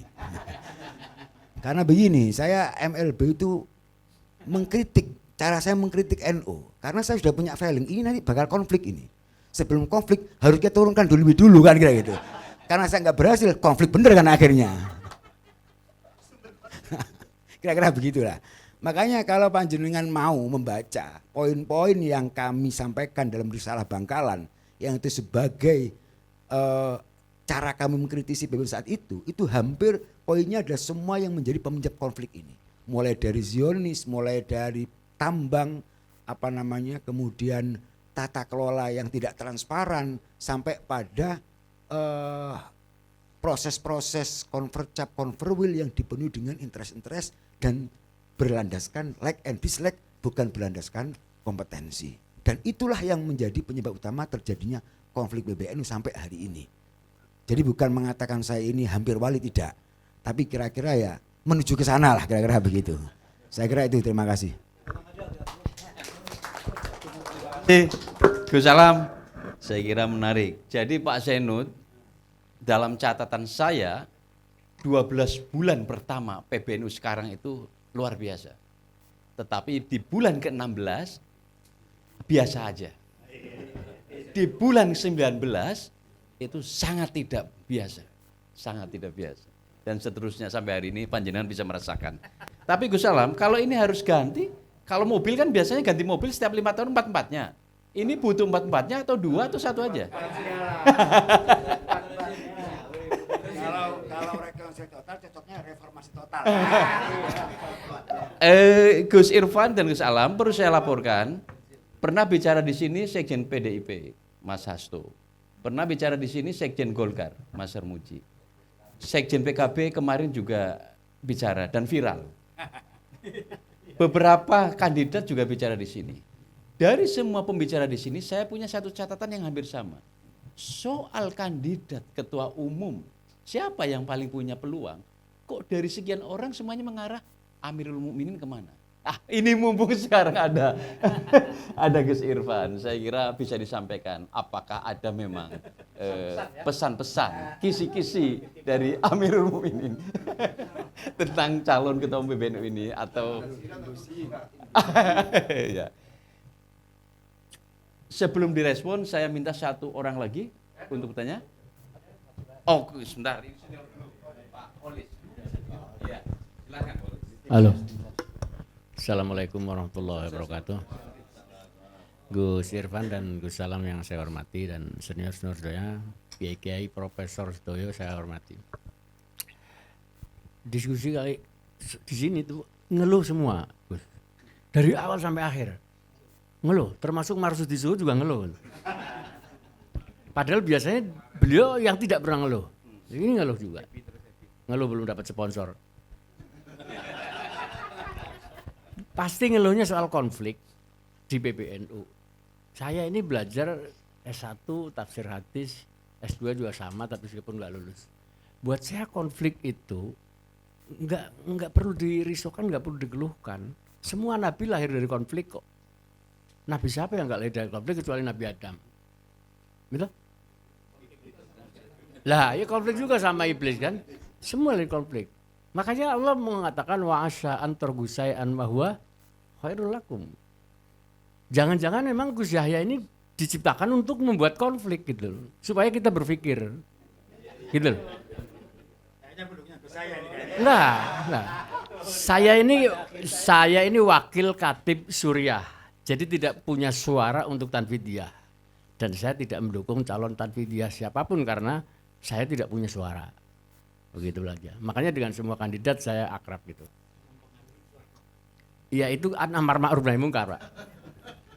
Jadi jangan terlalu sibuk dengan konflik lalu kita sampai masohisme, sampai melukai diri kita sendiri gitu. Gus Dur lahir dari konflik. 3 konflik malah Gus Dur itu. Konflik internal Pak Idam dengan apa? Situbondo dengan Cipete yakin. Konflik antara NU dengan pemerintah Orde Baru. Ketika Mbak Bisri menolak untuk bergabung dengan partai pemerintah. Begitu kan? Itu panjang sekali. Jadi Gus Dur tidak karena beliau terlalu brilian, tidak juga. Saya kan mendampingi Gus Dur dari bangun pagi sampai tidur kan 3 tahun lebih. Gitu. Jadi tahu suara hatinya gitu. Enggak terlalu ketika konflik Gus Dur dengan apa? Di Lampung itu. Yang SDSB itu santai aja Gus Dur. Urusan duit kok diributin gitu. Santai aja nanti ada mekanismenya gitu. Iya, karena NU tidak punya mekanisme cara mengambil duit di Depsos gitu loh. Tiba-tiba dikasih miliaran, lalu bingung gitu loh. Bingung. Jadi mari kita jadikan konflik ini hikmah dari konflik itu sendiri. Nanti kita pasti akan muncul sesuatu yang baru dari konflik itu. Rasulullah juga lahir di tengah 2 raksasa besar konflik Romawi dan Persia. Gitu. Jadi orang NU jangan terlalu takut konflik. Saya ini orang NU yang lebih banyak di luar. Jadi kalau di luar konflik itu biasa aja. Konflik biasa aja. Makanya orang NU karena tidak terlalu sering konflik di luar, maka lihat konflik di dalam kayaknya terlalu serius. Anda terlalu serius hidupnya itu. Gitu. Saya kira Gus Irfan tadi juga nanggapin santai, cuman Gus Irfan ngajak kembali ke paradigma awal para muassis. Ya kira itu. Lah kalau Gus Salam kita maklum karena Gen Z. Iya, ketika beliau ngomong muktamar apa luar biasa, saya sumbang tulisan tuh. MLB apa kabar? Kencang lagi gitu kan. Ya, saya kira itu aja. Soal pesanan ini beredar 08 lah, 09 lah, ini. Saya kira Gus Irfan perlu menegaskan sekali lagi karena Gus Irfan sudah pernah declare itu. Ya, matur nuwun, makasih. Ya jadi memang wallahul muwaffiq maksudnya itu. Biar konflik tapi tetap menarik. Mas Munawar, jangan panjang-panjang. Karena sudah panjang. Assalamualaikum warahmatullahi wabarakatuh. Gus Irfan, Gus Salam, Al-Mukarramun, para yai senior dan teman-teman semua. Pertanyaan, apakah NU masih NU sekarang ini? Dari sudut pandang yang mengalami suasana psikologi, spiritual, mungkin yang terlihat dan tidak terlihat. Tadi kita mentamsilkan kendaraan dan lain-lain. Kita masih ingat Mbah Sidik dan para muassis menyebut tentang kereta. Kereta itu bukan taksi, bukan mobil pribadi. Tamsil itu kayaknya masih cocok. Rel, arah dan terminasinya itu jelas. Karena itu belakangan ada sesuatu yang menghentak sesungguhnya tentang relnya itu apa, kemana. Nah perjuangan value bukan price tentang nilai ini kayaknya sedang menggelinding nih sekarang. Karena tadi keluar itu sama sebenarnya. Sehingga tidak ada kata menyerah, Gus Salam masuk ke gelanggang itu bagus banget gitu. Gus Rojin masuk juga ke gelanggang. Saya belum tahu senior-senior apa pernah dulu dalam muktamar di mana pemilik suara ikut nyalon. Kan takut dipecat Gus di tengah jalan. Tapi sekarang tuh bangkit itu. Jadi memang tadi suara langit lahir batin ada. Saya dapat semangat ini karena saya bukan siapa-siapa, hanya karena dapat cerita sangat tua di Cibarusah lahir, mendengar heroisme Kiai Haji Yusuf Hashim, memimpin Laskar Hizbullah, saya lahir di masjid tertua di Cibarusah itu, dan pernah nyantri di zaman Kiai Haji Yusuf Hashim di situ, sebentar. Yang kedua adalah apa upaya tadi yang saya sebut rel kembali ke muassis. Karena semua negara yang sudah lama dan korporasi besar yang bisa bertahan lebih dari 500 tahun dalam sejarahnya, itu mereka punya tradisi, punya value. Dan mereka nggak pernah mengatakan, kami ini sudah tua. Tidak pernah. kami ini bedanya dengan yang baru itu punya tradisi, punya nilai yang kita jaga, kita internalisasi. Karena itu pertanyaan saya adalah bagaimana kalau semangat ini kita wujudkan dengan wa'iddu mastata'tum min quwwah. Pertanyaannya kan siapa stakeholder NU sebenarnya ini? Ini definisi siapa? Nah, kalau kita sungguh-sungguh bahwa muassis, keluarga muassis, bagian dari muassis adalah stakeholder utama NU, maka ya tidak bisa tinggal diam juga dong. Karena itu yang saya rasakan Muktamar 33, delegitimasi Jombang atau tempat muassis, kemudian marginalisasi yang cukup panjang, bukan hanya oleh internal tapi eksternal, bagi kami yang pernah nyantri itu menyakitkan. Bukan hanya soal uang, Gus, tapi praktek manipulasi kekuasaan sampai ke hal-hal teknis itu sangat transparan. Nah, dilalah ini muktamar di tanah muassis. Di lingkungan muassis di mana kejutaan orang akan datang, pesertanya sekian. Saya kira Bang Andi bukan hanya Romli lagi nanti mungkin memimpin gerakan kembali ke muassis suara ini. Sehingga wa'iddu mastata'tum min quwwah, saya lebih mengkhawatirkan dalam tanda kutip menghitung kalau Gus Irfan gitu yang saat ini menjadi bagian dari sistem Amirul Mukminin, dan tadi saya senang banget alasan utamanya karena saya menteri.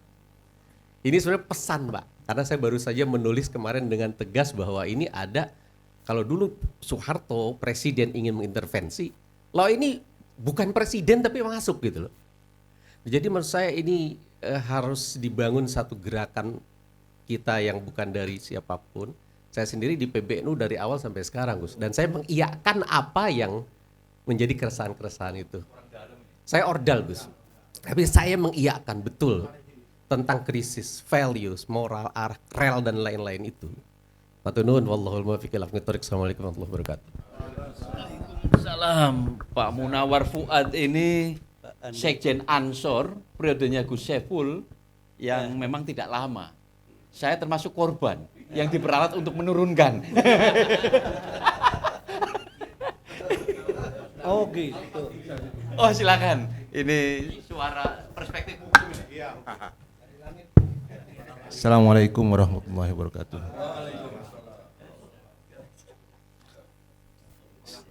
Ke Gus Salam ya. Belum menjelaskan dalam perspektif yang lebih luas bagaimana kalau seandainya nanti beliau terpilih mendudukkan NU terkait dengan relasi-relasi dengan kekuasaan, dengan partai politik, dengan ormas-ormas yang lain, atau fenomena baru ini antara lain misalnya dengan Habib dan semacamnya, lagi ramai juga itu. Saya kira perlu juga ini. Itu menarik saya kira. Satu. Kedua, ini sangat menentukan tentang eksistensi dan image NU ke depan terkait dengan kepemimpinan yang akan datang. Saya ingat perdebatan Plato dengan Aristoteles ya. Plato itu dalam konteks negara, dia mengatakan kalau ingin memperbaiki negara, maka figur itu sangat menentukan agar melahirkan sistem yang baik. Plato akhirnya dikoreksi oleh Aristoteles. Tidak begitu. Sistem yang akan melahirkan figur yang baik. Dalam konteks sekarang, saya kira jangan sampai salah lagi. NU dipimpin oleh orang yang salah karena akan melahirkan sistem yang tidak pernah benar nantinya. Jadi ini momen saya kira di setelah setahun lebih ya perjalanan kita ini harus dipimpin oleh orang-orang yang jelas, yang bisa membawa NU ke depan sesuai dengan ketika NU itu dilahirkan. Kalau dalam konteks undang-undang itu ketika naskah akademiknya dilahirkan undang-undang itu ketika NU itu didirikan, bagaimana kembali kepada cita-cita itu. Mungkin itu saja. Jadi yang ingin kami sampaikan, perlu dijelaskan kalau misalnya Gus terpilih, bagaimana menempatkan posisi NU ke depan, khususnya dalam kaitannya dengan relasi dan kekuasaan, dengan ormas yang lain, dengan partai politik dan semacam. Ini penting saya kira. Makasih. Assalamualaikum warahmatullahi wabarakatuh. Kita lanjutkan, jangan panjang-panjang, Pak Kiai Mujib, dan setelah itu direspon beliau berdua. Baik. Kita akan akhiri persis maghrib, buka bersama. Baik. Assalamualaikum warahmatullahi wabarakatuh. Yang terhormat Gus Irfan dan Gus Salam dan para senior semua yang ada di sini. Lagi tren ini ada istilah original intent dan living konstitusi. Itu kemudian ada juga original intent tentang konon asasi dan living konstitusi, living konon asasi. Nah, kira-kira itu mana yang lebih menarik? Yang menarik, saya mau memberikan apresiasi dulu kepada Gus Irfan karena beliau sekarang sudah melakukan satu tindakan yang luar biasa. Normanya haji itu sudah di mana-mana, mulai dari konstitusi sampai ke undang-undang dan kemudian menjadi sukses. Sukses ini ukuran Pak Prabowo itu kata kalau nilainya 88 ke atas itu sudah excellent, itu sudah cum laude. Karena itu Gus Irfan, karena saya lihat di TV itu nilainya kepuasan itu lebih dari 90%, itu berarti sukses. Nah, ketika itu sukses, ternyata kata kuncinya menurut saya adalah karena Gus Irfan berhasil melakukan yang namanya tata kelola. Nah, problem utama kita menurut saya adalah di tata kelola ini. Di tata kelola ini yang luar biasa. Gagasan boleh bagus, tapi kemudian ada ungkapan, ini sama-sama Lirboyonya, al-amru bil ma'ruf itu harus bidokirikil ma'ruf. Dengan harus mekanisme yang ma'ruf, yang bagus. Nah, oleh karena itu saya ingin mengatakan kepada beliau berdua ini sebagai dzurriyyah bi ghairi hisab tadi, itu gimana caranya mempertahankan di satu sisi adalah original intent dari konon asasi, juga termasuk mabadi khairul ummah, itu original intentnya seperti apa ketika terjadi perubahan yang seperti ini, lalu living konon asasinya seperti apa. Yang ini tentu harus melakukan adaptasi yang kata Kiai Khalid tadi terhadap perkembangan yang seperti itu. Nah, saya hanya titip satu Gus Salam, tolong yang namanya kemarin sudah dimulai dengan Pak Kiai Ma'ruf membuat fikroh Nadiyah. Bisa enggak itu jangan menjadi produk individual, tapi menjadi produk institusi. Produk institusi itu diputuskan di dalam muktamar, lalu kemudian diderivasi di dalam undang-undang, dalam peraturan-peraturan organisasi yang kemudian juga dilatihkan. Kalau di Gus Irfan itu namanya retreat, itu saya kira juga penting untuk supaya ada konsistensi. Nah, setelah itu baru kemudian itu dijadikan, karena saya dari Golkar, itu yang namanya garis-garis besar haruan NU. Ya, itu dijadikan haruan dan itu menjadi ada target-targetnya jelas. Tahun ini opo, tahun besok opo dan sebagainya. Lalu kemudian yang paling akhir, nah Gus Irfan, saya memberikan apresiasi dan penghormatan luar biasa, tapi saya juga diajari Pak Harto, ojo gumunan. Karena ojo gumunan, saya akan melihat Gus Irfan sampai akhir tahun, sampai akhir rampung besok, itu konsisten bagus terus kemudian ada jangan sampai lalu menjadi turun. Karena itu kalau kecuali naik. Tadinya saya berharap juga termasuk yang punya nomor punggung ini maju dua-duanya, karena sudah ada 3 kan, kalau seandainya maju lagi Gus Kikin kan. Nah itu sudah itu yang dzurriyyah. Nah kalau sudah 3-3-nya maju misalnya, tapi Gus Irfan tadi mengatakan tidak, dengan yang lainnya yang luar biasa, menurut saya adalah jangan bedol desa. Begitu menang kemudian grupnya tok. Ini sudah bang pinter banyak sekali, yang profesor banyak sekali.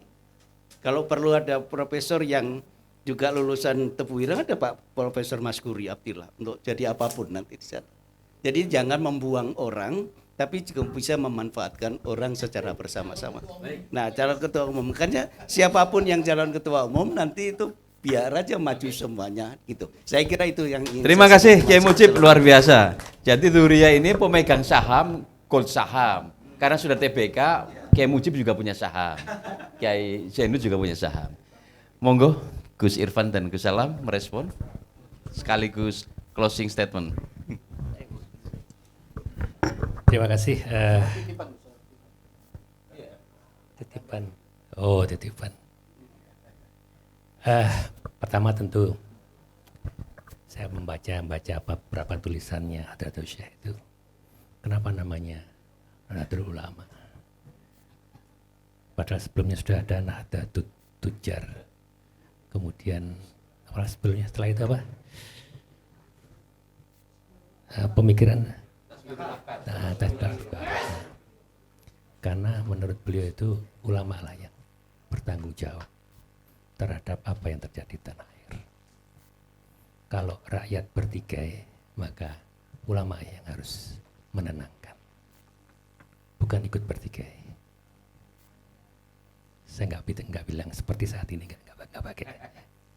Kalau kalau umatnya miskin, maka ulama bertanggung jawab untuk meningkatkan kesejahteraan.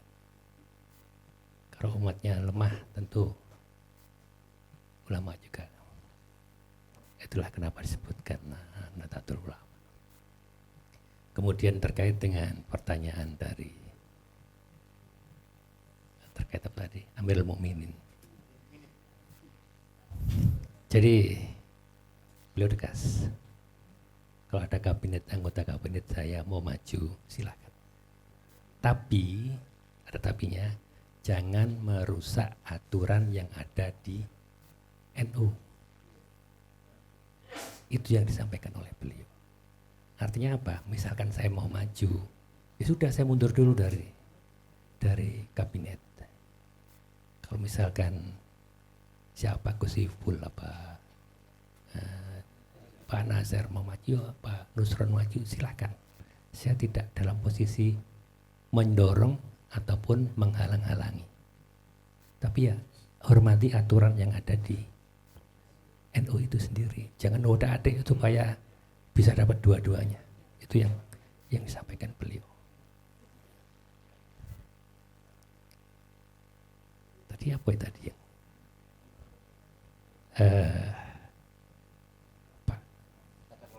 Tata kelola, ya. Sebetulnya tata kelola itu kan ilmu katon kan, ya ilmu katon. Gini, sekedar seperti orang dakon, apa namanya, 5 kerikil dipindah 1, 2, 3, 4, ketemu diambil lagi, itu aja.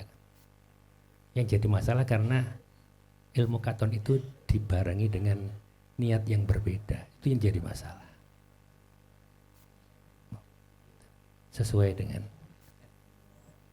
kesepakatan azan selesai. Itu masih cara. Ya. Tapi yang jelas itulah.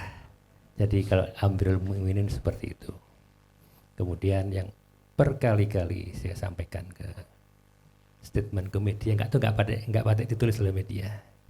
Saya sampaikan bahwa NU itu adalah amanah yang harus dipertanggungjawabkan dunia dan akhirat. Bukan warisan yang diperebutkan dengan berbagai macam cara. Saya kira itu. Assalamualaikum warahmatullahi wabarakatuh.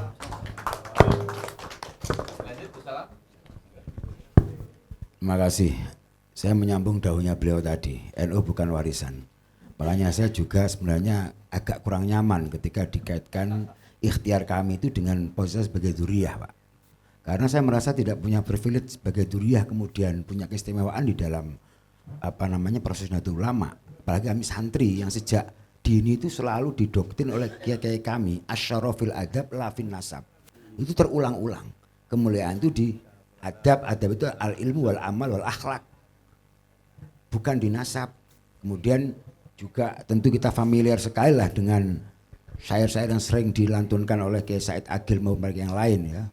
Wasyarul alamina daukhomuli idza fakhortahum zakarul jududa wa kharun nasi dzu hasabin qadimin aqwa nafsi hasaban jadida. Orang yang tidak relevan itu orang yang selalu bersembunyi di ketiak kemuliaan nenek moyangnya. Tapi manusia terbaik adalah manusia yang punya nasab baik tapi dia sendiri mengukir sejarah untuk dirinya sebuah kebaikan. Nah, makanya saya agak risih walaupun kadang-kadang dibuat kampanye lumayan itu kan gitu. Kemudian yang ingin saya respon juga tadi mengenai hubungan NU dengan pemerintah dengan politik. Saya kira dari sejarah NU yang saya pahami ya bahwa NU ini selalu kolaborasi dengan pemerintah. Bermitra dengan pemerintah tapi bermitra yang menjaga nalar kritis. Bahkan sejak prakemerdekaan, setahu saya Mbah Hashim itu dengan Jepang juga punya hubungan yang baik. Tapi untuk hal-hal yang substantif ketika beliau kemudian diminta untuk melakukan menghormati matahari, maka tegas beliau menolak. Kurang dekat apa Mbah Wahab dengan Bung Karno. Tapi ketika PKI kemudian berusaha merusak nilai-nilai bangsa ini, maka NU menjadi terdepan melalui ansornya untuk melawan itu. Mohon maaf, sepengetahuan saya Gus Dur dulu maju tahun 84 dan jadi ketua umum PBNU itu punya hubungan yang baik loh dengan Pak Harto. Karena punya misi apa? Mengegulkan asas tunggal. Pancasila sebagai asas tunggal. Dan NU adalah yang pertama menjadi ormas Islam menerima asas tunggal, Pancasila.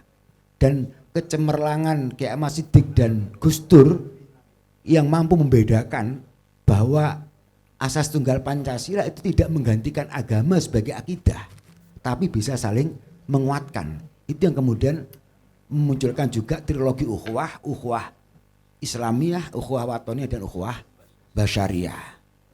Kemudian walaupun setelah itu prosesnya ada, ini Gus Dur baik dengan Pak Harto, bahkan kan Gus Dur pernah jadi utusan golongan itu pada tahun antara 18 sampai 9, kolaborasi. Tapi ketika kemudian Pak Harto mau mempolitisasi Islam dengan cara membentuk IJMI, karena sepaham saya baca itu salah satu faktornya adalah karena pengaruh Pak Harto di ABRI sudah mulai tidak optimal, sehingga Pak Harto butuh sandaran politik yang lain dengan cara membentuk IJMI, yaitu politisasi Islam.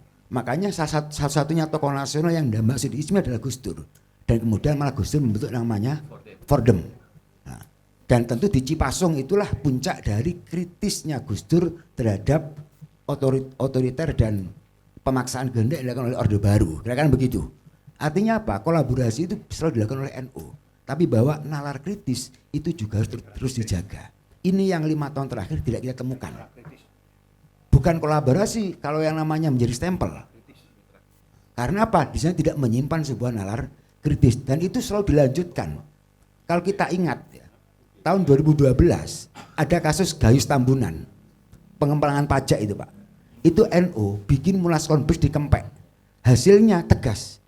NU merekomendasikan warga tidak membayar pajak kalau tidak ada perbaikan tata kelola pajak. Padahal kita tahu zaman itu Kiai Sahal dan Mbah Yai Said hubungannya sangat baik dengan Pak SBY. Tahun 2017 ada upaya dari Kemendikbud untuk menerapkan FDS, full day school, yang itu mengancam terhadap eksistensi madrasah diniyah, TPI dan TPQ. Dan saya itu terlibat karena saya masih di PB waktu itu. Saya diajak oleh Kiai Ma'ruf, Kiai Said menghadap Pak Jokowi untuk menyatakan NU tidak setuju kalau FDS ini diterapkan karena ini mengancam garis akidah. Artinya apa? Sejarah mengatakan NU selalu berkolaborasi pemerintah tapi tidak pernah kehilangan nalar kritis kecuali di rezim ini. Kira-kira begitu. Terkait dengan hubungan dengan politik, menurut saya selalu mengatakan di NU ini ada politik historis, ada politik sejarah, ada politik realitas. Politik historis, NU sejak awal itu terlibat politik, mulai dari Masyumi, kemudian bahkan pernah menjadi partai, kemudian fusi di P3, dan pada akhirnya melahirkan PKB. Tidak bisa dihapus bahwa PKB itu lahir dari rahim Nahdlatul Ulama karena semua pendirinya adalah saat itu pengurus Nahdlatul Ulama. Tapi itu adalah historis. Realitas bahwa semua kader NU itu ada di berbagai partai. Tentu NU harus punya kewajiban ataupun beban untuk mengayomi semuanya. Nah, maka saya sangat sepakat dengan risalah yang dulu dibikin oleh Mbah Sahal Mahfud pada Konbes tahun 2012 juga di Wonosobo, yang belum menyampaikan bahwa politik NU itu adalah siasah aliyah, politik tingkat tinggi. Apa itu politik kebangsaan dan keumatan? Berbeda dengan politik partai, kepartaian, yang beliau mengistilahkan partai itu adalah siasah safilah, yaitu politik pragmatis dan politik jabatan dan kekuasaan. Artinya apa ya? Kita harus proporsional di dalam big system hubungan NU dengan partai maupun dengan kekuasaan. Harus proporsional. Saya kira itu. Terima kasih. Terima kasih Gus Salam. Waduh, ini memang sudah cocok ini. Sampai keputusan Munas Kempek itu 15 September 2012 pun tahu. Dan keputusan itu direspon oleh Direktorat Pajak pada 17 September 2012. Karena ini status saya sebagai Presiden Romli untuk nanti malam. Saya kira ini sudah diskusi hari ini luar biasa, sangat dinamis. Tapi percayalah kalau dinamika tentang perkandidatan itu hanya ada di antara tim sukses saja. Dinamikanya. Untuk mengakhiri acara ini kami persilahkan guru kami, Dr. Haji Endin Sofihara. Ini guru, iya guru Endin, guru sini, guru. Tuan guru. Kami persilahkan. Terima kasih. Ya, Pak Andi Najmi, terima kasih. Ada sekolah politik di sini. Ya. Ini Profesor Maskuri Abdillah calon juga ini kan gitu. Ya, tapi lebih baik saya salah seorang pendiri yayasan juga. Baik, biasanya Gus kita lanjutkan ba'da maghrib juga terus, tapi ini kayaknya kita cukupkan saja sampai di sini. Kita buka puasa nanti, pura-pura puasa lah paling tidak begitu kan. Gus Irfan, Gus Salam, terima kasih banyak. Kami menyampaikan terima kasih dan penghargaan yang tinggi. Selain kami ingin memperoleh informasi, masukan, dan segala macam pikiran mengenai NU, lebih dari itu sesungguhnya kami ingin memperoleh keberkahan yang luar biasa dari jenengan berdua. Oleh karena ya itu tadi kan, bahwa Gus Irfan dan Gus Salam ini pemegang terah yang asli dari para muasis Nahdlatul Ulama, terutama berkaitan dengan spiritual treatment ya dari didirikannya Nahdlatul Ulama. Nah, tidak perlu tes DNA, tidak perlu yang lain-lain. Oleh karena itu istilah saya tadi ini zuriyah bi ghairi hisab. Nah, begitu. Oleh karena itu mudah-mudahan diskusi kita melahirkan pikiran-pikiran, mencetuskan pikiran-pikiran yang tadi Pak Maskuri mengatakan Kiai Ma'ruf Amin melahirkan pikiran apa? Fikroh, harokah dan manhaj.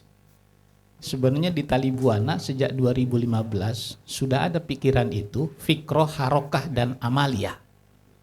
Kalau Kiai Ma'ruf merekonstruksi itu menjadi fikroh, harokah dan manhaj. Di Talibuana sudah ada dulu itu fikroh, harokah dan amaliyah. Jadi lebih dulu sebenarnya di sini kan begitu.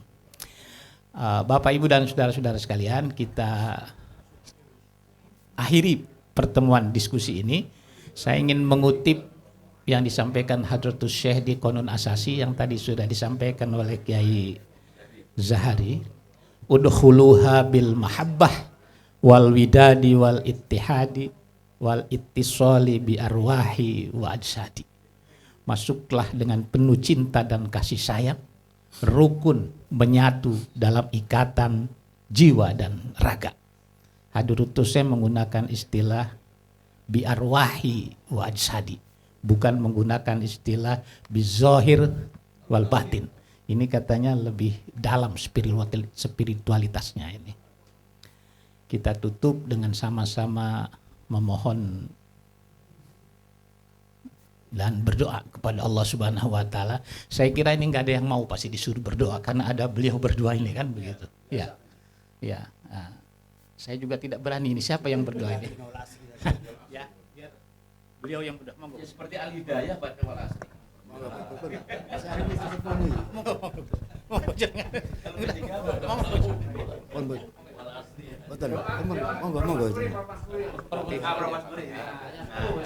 Yang biasa dipanggil Pak Kiai itu. Baik, kita baca suratul Asri bersama. Bismillahirrahmanirrahim. Wal 'asri innal insana lafi husrin illal ladzina amanu wa 'amilus solihati wa tawassaw bil haqqi wa tawassaw bis sabr. Maulaya sholli wa sallim daiman abada ala habibika khairi khalqi kullihim wal habibul ladzi turja syafa'atu likulli haulin minal ahwali muqtahim. Ya Rabbi bil Mustafa baligh maqasidana waghfir lana ma madha ya wasi'al karami. Wallahul muwaffiq ila aqwamit thariq. Wassalamualaikum warahmatullahi wabarakatuh.